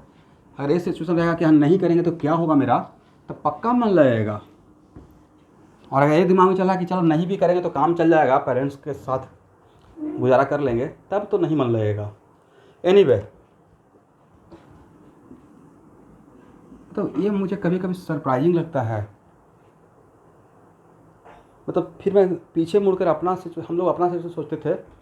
हम लोग याद है कि ऑर्गेनिक केमिस्ट्री का नॉट ए सिंगल क्लास मैंने मिस किया है अपने डॉक्टर DKC का। Not a single class. Single class तो बहुत दूर की बात है, not a single line, dot भी नहीं। जो नहीं भी लिखवाए थे उसको भी लिख लिए थे। वो बोलते थे उसको मैं रिकॉर्ड यहाँ पे कर लेता था, घर पे जाकर उसको हिंदी में ही लिख लेता था। तो मैं 2 ही ट्यूशन किया फिजिक्स का, इंडिया का बेस्ट मिस्टर MMR अख्तर, इनका मैं नाम बोल रहा हूँ। उनका HC वर्मा का एक्नॉलेजमेंट में जाकर नाम देखिएगा। वो HC वर्मा का एक्नॉलेजमेंट उनका नाम रहेगा। और पिछले 40 ईयर्स से ओलंपियाड, IIT, इन सब के भी सबका क्वेश्चन सेट के जो टीम रहता है उसका मेंबर है। तो जिनका मैं बात कर रहा हूँ, लीजेंड है फिजिक्स का, वन ऑफ द बेस्ट। कितने सारे उनके स्टूडेंट तो IIT में प्रोफेसर हैं फिजिक्स का। अब इस बात से अंदाज़ा लगाइए वो किस लेवल का टीचर का मैं बात कर रहा हूँ। तो I am the very luckiest person कि मैं ऐसे 2 टीचर से पढ़ा हूँ। फिर DKC कहना ही नहीं, और ऑर्गेनिक पूरा इंडिया का बेस्ट टीचर अब इस दुनिया में नहीं है, but one of the best, जिनका मैं बुक आपको रिकमेंड किया हूँ। तो मैं जब इमेजिन करता हूँ कि भाई मैंने तो एक भी क्लास नहीं मिस किया। बच्चे यहाँ पे आज के डेट में मजाक में इतना सारा क्लास मिस कर जाते हैं। How it is possible? इसका मतलब या तो बहुत एडवांस हैं हम लोग से, और नहीं तो करियर को सीरियसली नहीं लेते हैं। या तो सिर्फ चलो एज इट इज़ है, जैसे 9th का ट्यूशन होता था वैसे ही 10th का है, वैसे ही 11th का है। तो एक्चुअली अब मेरे साथ कांटेक्ट में है तो थीम को चेंज कर लीजिए। ये अब करियर मेकिंग कोर्स चल रहा है, not for only for board. Anyway, मान लेते हैं कि बाकी इसके पास जो एक sp ऑर्बिटल बचा हुआ था उसके साथ हाइड्रोजन को ओवरलैपिंग कर देते हैं, और इसके साथ भी हाइड्रोजन है 1s, और इसके साथ भी हाइड्रोजन का 1s। तो देखिए, तो मैंने किसका मॉलिक्यूलर ऑर्बिटल डायग्राम ड्रॉ कर दिया? इथाइन का है। लिख लीजिएगा, this is the molecular orbital diagram of ethyne, right. अब ये बताइए, ए कार्बन और ए हाइड्रोजन और ए कार्बन डिफरेंट लाइन में है या सेम लाइन में है? तो सर इसका ज्योमेट्री लीनियर था। इससे जो भी बॉन्ड बनाएगा उसका एक लाइन के अलॉन्ग रहना पड़ेगा, राइट। इसका मतलब ए हाइड्रोजन ए कार्बन ए हाइड्रोजन डिफरेंट लाइन या कोलिनियर। 4 एटम है, चारों के एक लाइन पे ही रहना पड़ेगा, राइट। ऐसा क्यों? सर ऐसा होना मजबूरी है, इसका ज्योमेट्री ये है क्या, लीनियर ज्योमेट्री। तो ए और ए एक लाइन पे, फिर इसका भी लीनियर ए और ए एक लाइन पे। इस तरह से कंक्लूजन चारों को एक लाइन पे होना पड़ेगा, राइट। तो in case of ethyne all 4 atom are collinear. Is it clear ना? ऑल 4 एटम, ये चारों, इसका कहीं पे यूज करेंगे, atoms are collinear. Correct student? और यहाँ पे 2 पाई बॉन्ड बना है, इन दोनों पाई बॉन्ड में से ट्रिपल बॉन्ड है, कितना इसमें से इन 3 बॉन्ड में से कितना पाई बॉन्ड है? 2 पाई बॉन्ड। कौन सा 2 पाई बॉन्ड रहेगा? पहले भी आपको डेमो क्लास में पढ़ाया था सर। इसमें से यहाँ अगर बोलिएगा तो any one is sigma, other 2 are pi, right. But यहाँ पे बात नहीं बोल सकते हैं, यहाँ पे तो आपको बोलना ही पड़ेगा this one is sigma, right. और ए क्या है? पाई बॉन्ड है, करेक्ट। चलिए हो गया। अब इसका नाम देते हैं H1 C1 C2 H2। इसके अराउंड कितना bond angle? Around this carbon. इस बॉन्ड एंगल का नाम क्या बोलिएगा sir? H1 C1 C2, right. Magnitude तो समझ में आ गया। How many bond angle around sp carbon? How many bond angles are around sp carbon? एक नाम, ठीक है, 2 का नाम लिखिए। तो पहला नाम मैं लिखा H1 C1 C2, नीचे वाला का नाम क्या लिखिएगा? बोलिए बोलिए, कोई अलग एटम आया? वही एटम है ना जो ऊपर वाले के लिए है। बॉन्ड एंगल अलग तब रहता है जब उन तीनों में से कोई एक एटम, हम लोग तो यही ऐसे ही तो पढ़ाया गया है 9th 8th में कि बॉन्ड एंगल को दिखाने के लिए ABC लिखते हैं, राइट। इसमें किसका एंगल बताता, बीच में कौन है, किसका एंगल बता रहे हैं? बी का, राइट। अब कोई बोलेगा CBA अलग एंगल, हाँ ना, कुछ नहीं बोलेंगे। या ए और ए सेम एंगल, इसमें बी का। वैसे ही भाई यहाँ पे तीनों में से यहाँ जो 3 एटम है, यहाँ जो 3 एटम है वो अलग एटम है या बिल्कुल डिटो वही एटम बोल दिए हैं जो ऊपर के लिए बता रहे हैं? सेम। इसका मतलब यस। तो what the conclusion sir? Around sp carbon there is only 1 angle, उसका मैग्नीट्यूड 180, राइट। लिखिए नोट करके, around sp carbon there is only 1 angle, around sp carbon there is only 1 angle whose magnitude is in general how much? 180 degree, correct. ऐसा नहीं कि एक ऊपर रहेगा एक नीचे रहेगा। और ऊपर नीचे के लिए कोई भी इन तीनों में से वन ऑफ द एटम भी चेंज रहता तो उसको अलग एंगल में काउंट करते, बट यहाँ पे हो ही नहीं पा रहा, right.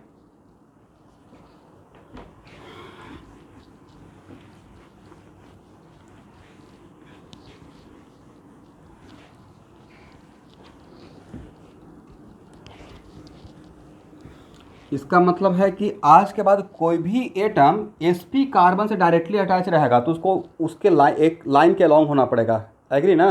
Because geometry is linear, right. चलिए स्टूडेंट एक एग्जांपल लेते हैं।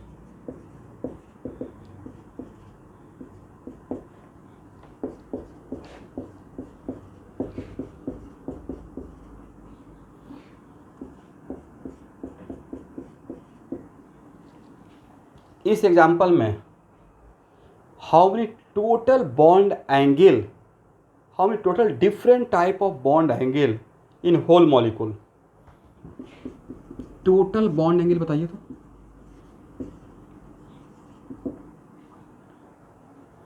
इस कार्बन का हाइड्रोजन क्या है अभी तक जितना मैंने पढ़ाया?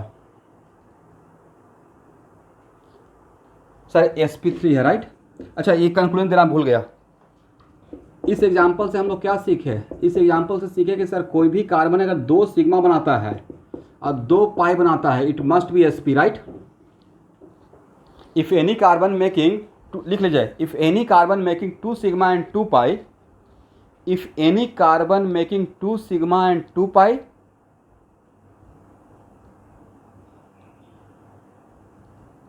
it must be sp,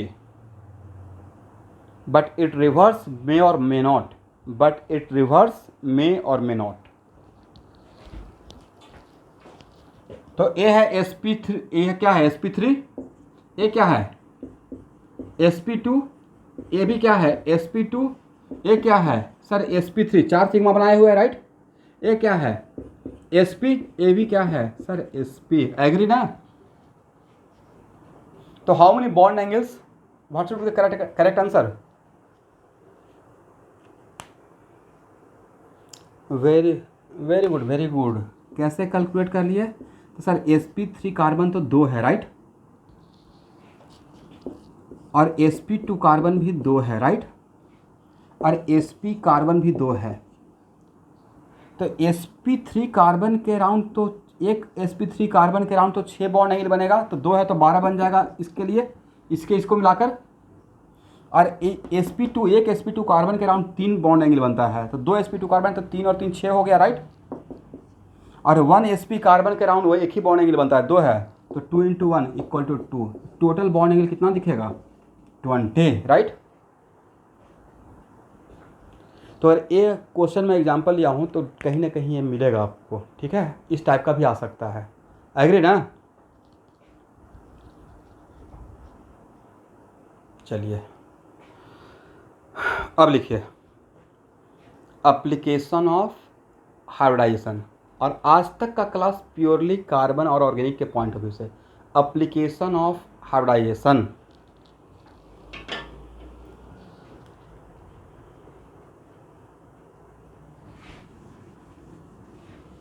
इसको हटाएं,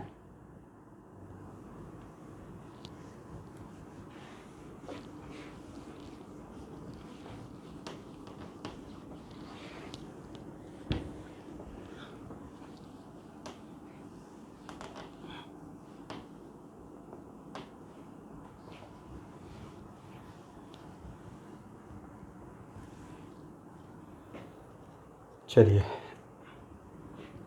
फर्स्ट एप्लीकेशन का मतलब उसके हेल्प से क्या क्या हम लोग बोल सकते हैं। फर्स्ट में लिखिए बॉन्ड लेंथ, ठीक है, लिखिए one of the factor not only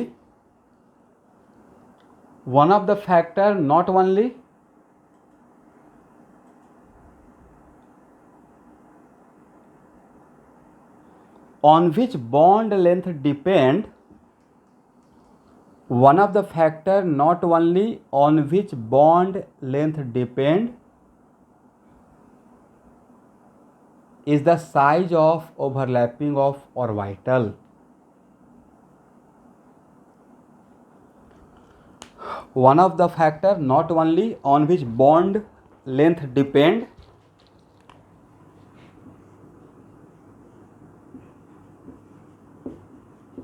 मतलब ये भी एक फैक्टर है बट यही एक फैक्टर नहीं है, कहने का सेंस ये हुआ, और भी कोई फैक्टर हो सकता है, ठीक है स्टूडेंट। बॉन्ड जनरली आप एमओटी में क्या पढ़े हैं कि बॉन्ड ऑर्डर ज़्यादा तो bond length come, right. But वहाँ पे क्या क्या कीजिएगा, जहाँ पे बॉन्ड ऑर्डर सेम दिखेगा तब आपको प्रॉब्लम हो जाएगा, राइट। तो वहाँ पे इस टाइप का कॉन्सेप्ट आपको हेल्प करेगा। ऐसा भी तो हो सकता है कि 2 एटम के बीच में आप देख रहे हैं, 2 अलग अलग एटम के बीच में, और दोनों जगह बॉन्ड ऑर्डर 1 दिखाई पड़ रहा है। आप समझ रहे हैं मेरी बातों को, तब वहाँ पे एमओटी वाला कॉन्सेप्ट आपको हेल्प करेगा, जहाँ पे बॉन्ड ऑर्डर सेम रहेगा। तो bond length directly proportional to what, size of overlapping of orbital, correct student. Bond length directly proportional to what, size of overlapping of orbital. इसको नोट कर लिए,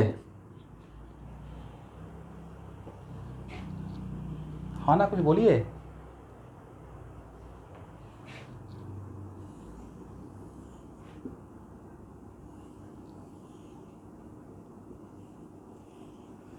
देखिए मैंने 3 डायग्राम बनाया है according to your point of view.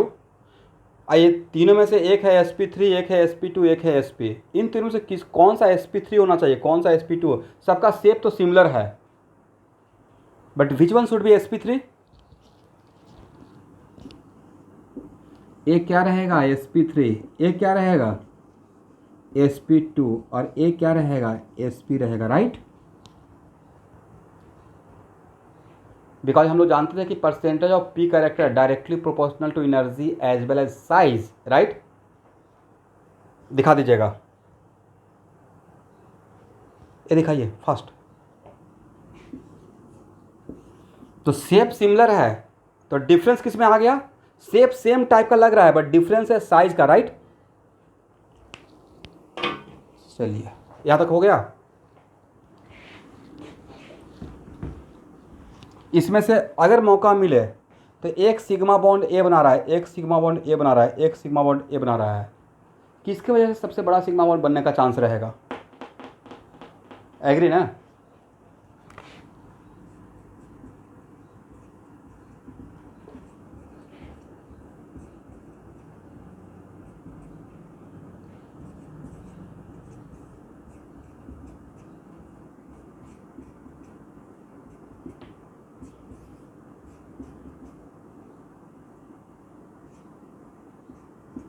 जिसको मैं arrow से इंडिकेट किया हूं,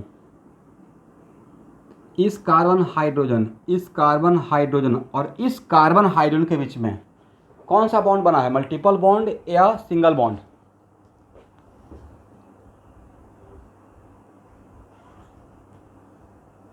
ये तो आपके सामने है, single bond single bond single bond, सबको रिप्लाई करना है। क्या प्रॉब्लम रहता है आप लोग को?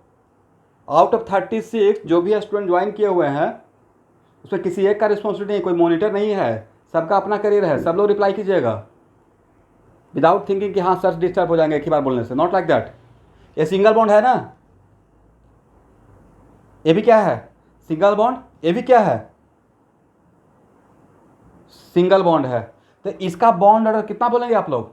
Sir bond order 1, right? इसका भी बॉन्ड ऑर्डर क्या रहेगा? 1। इसका भी बॉन्ड ऑर्डर क्या रहेगा? 1 रहेगा, करेक्ट?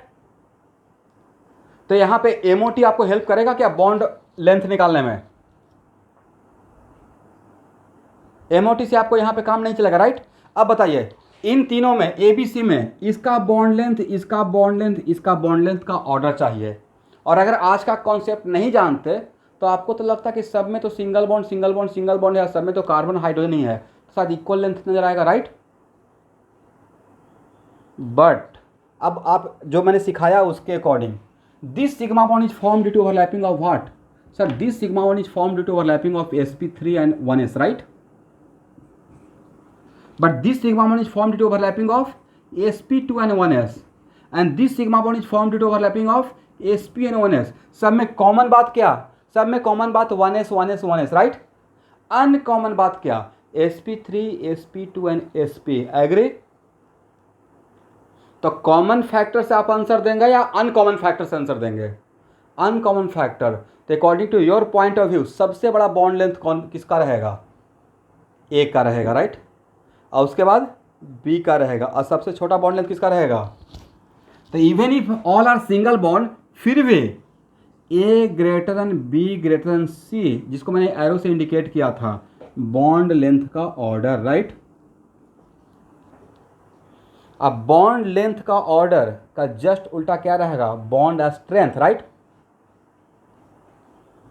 तो बॉन्ड स्ट्रेंथ का ऑर्डर क्या रहेगा? A less than B less than सी।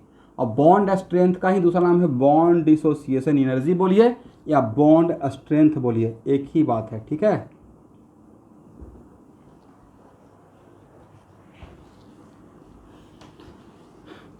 इसका मतलब है सर इसको डायग्राम से अगर रिप्रेजेंट करते तो कुछ ऐसा नजर आता।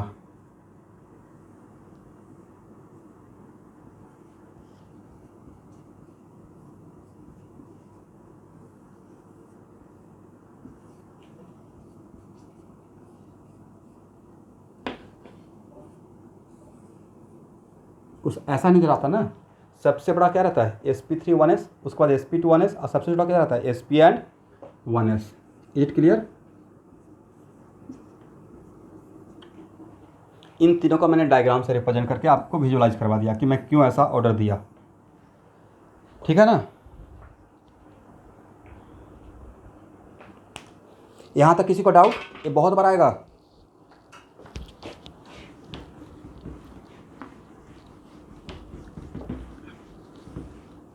अब देखिए, इसी कॉन्सेप्ट पे एक जेई में क्वेश्चन आया हुआ था और ये पूछा हुआ है, आप लोग को इसका आंसर देना है।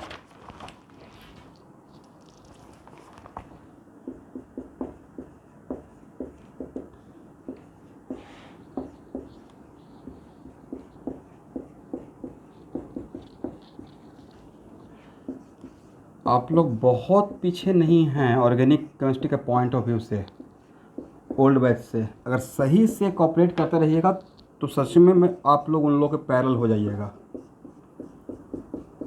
बट उसमें है कि क्लास नहीं बंक करना है और ये भी नहीं करना है कि आकर फिर क्लास को मिस कर देना है। बहुत ख़राब बात हो जाएगा। मेरे तो कुछ नहीं रहेगा, बट आपके लिए प्रॉब्लम हो जाएगा। जिसको मैं एरो से इंडिकेट कर रहा हूँ उसका बॉन्ड लेंथ का ऑर्डर बताना है।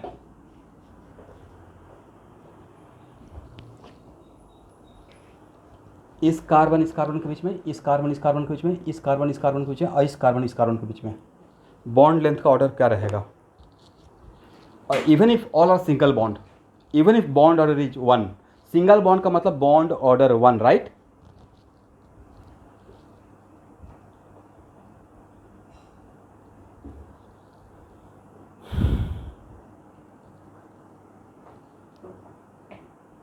एक साथ चारों का ऑर्डर बता दीजिए।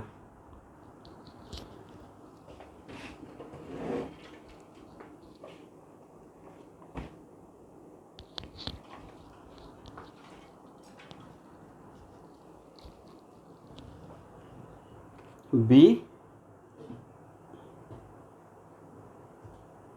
नहीं, थोड़ा सा मिस कर गए।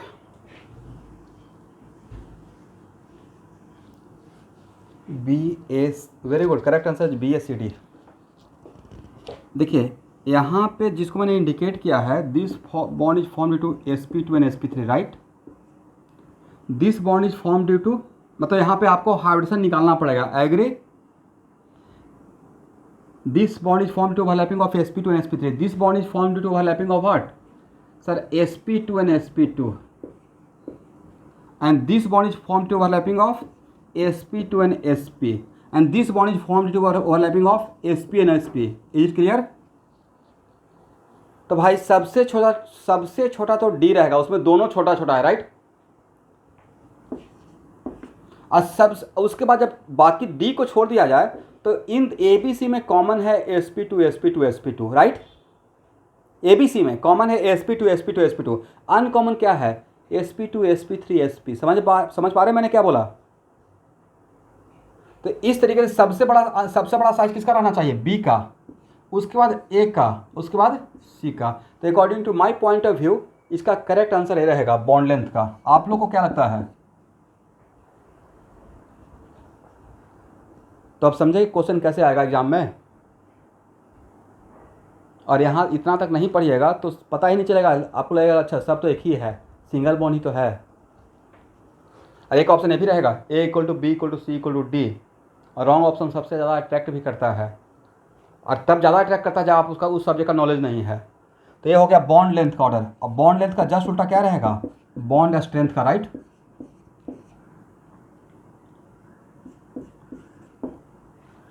अब आज के क्लास का लास्ट कॉन्सेप्ट लिखिए, इलेक्ट्रोनेगेटिविटी।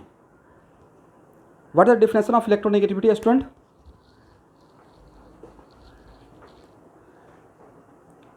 लेमन लैंग्वेज में आप इलेक्ट्रोनेगेटिविटी का क्या जानते हैं मीनिंग? एनीवन जो बता सकते हैं? और जब पूछते हैं तो उसमें विदाउट एनी हेजिटेशन, ऐसा नहीं कि मैं बोलूँगा क्या हो जाएगा। आप में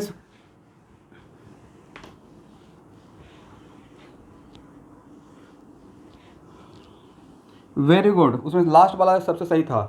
power of pulling of bond pair of electron, right?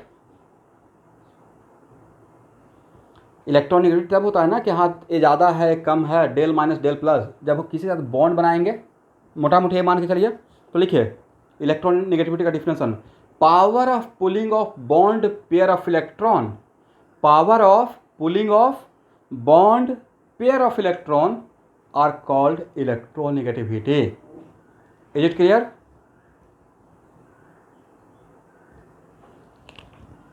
चलिए स्टूडेंट, और पुल कौन करेगा सर? Nucleus, right. इलेक्ट्रॉन को पुल कौन करेगा? न्यूक्लियस ही तो करेगा।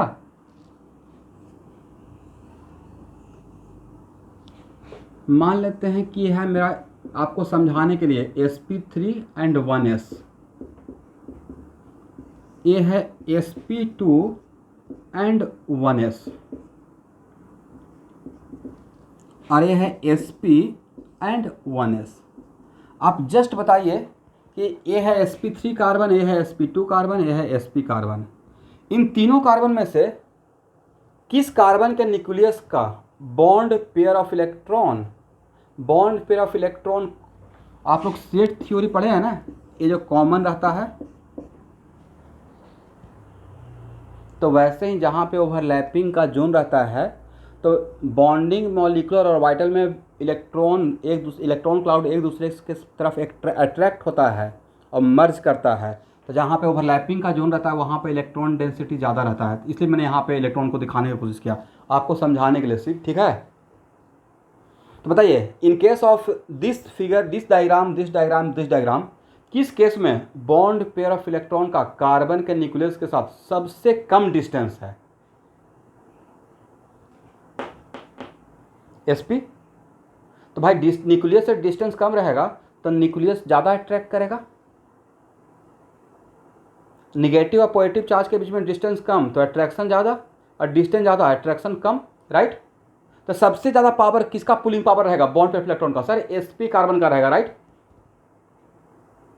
और सबसे कम पावर किसका रहेगा? sp3 कार्बन का रहेगा। कितना बढ़िया से साइज का जो हम लोग आज पढ़े हैं उसका कितना बढ़िया एप्लीकेशन पूरे ऑर्गेनिक केमिस्ट्री के लिए आपके सामने हो गया, करेक्ट ना। इसका मतलब है कि डायग्राम इटसेल्फ क्या बता रहा है कि सबसे ज़्यादा इलेक्ट्रोनेगेटिविटी तीनों कार्बन में sp कार्बन का रहेगा, उसके बाद किसका रहेगा? sp2 कार्बन का रहेगा, और सबसे कम किसका रहेगा? sp3 कार्बन का रहेगा। किसी को डाउट?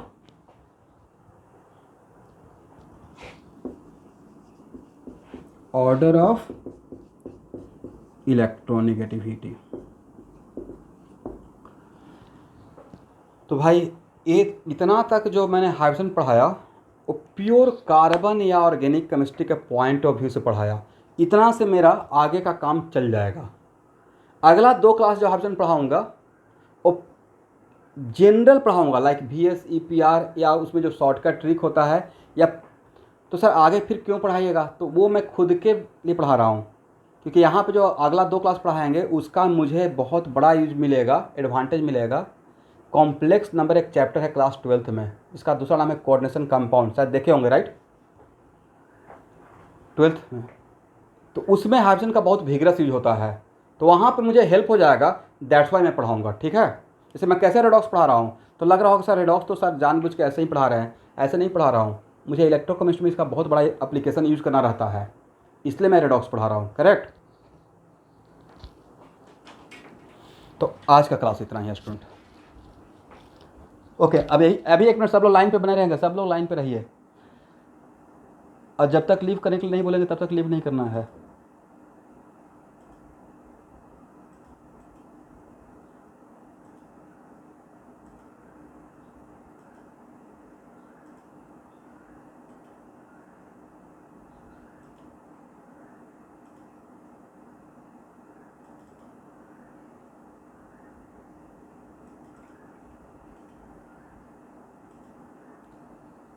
अच्छा स्टूडेंट, एक थोड़ा सा बाय मिस्टेक कल मैं फिजिक्स का अटेंडेंस सेव नहीं कर पाया था, तो अगर आप लोग को प्रॉब्लम नहीं है तो 1 मिनट लगेगा, मुझे बस इतना लिख के भेज दीजिएगा क्या, प्रेजेंट इन फिजिक्स अपना नाम के साथ।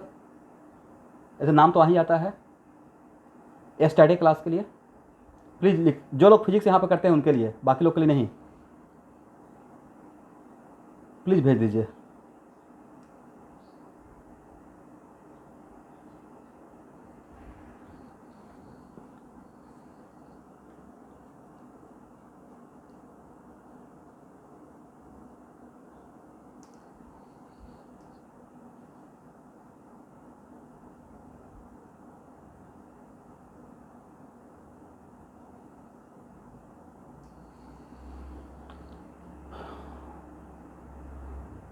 ओवर ना।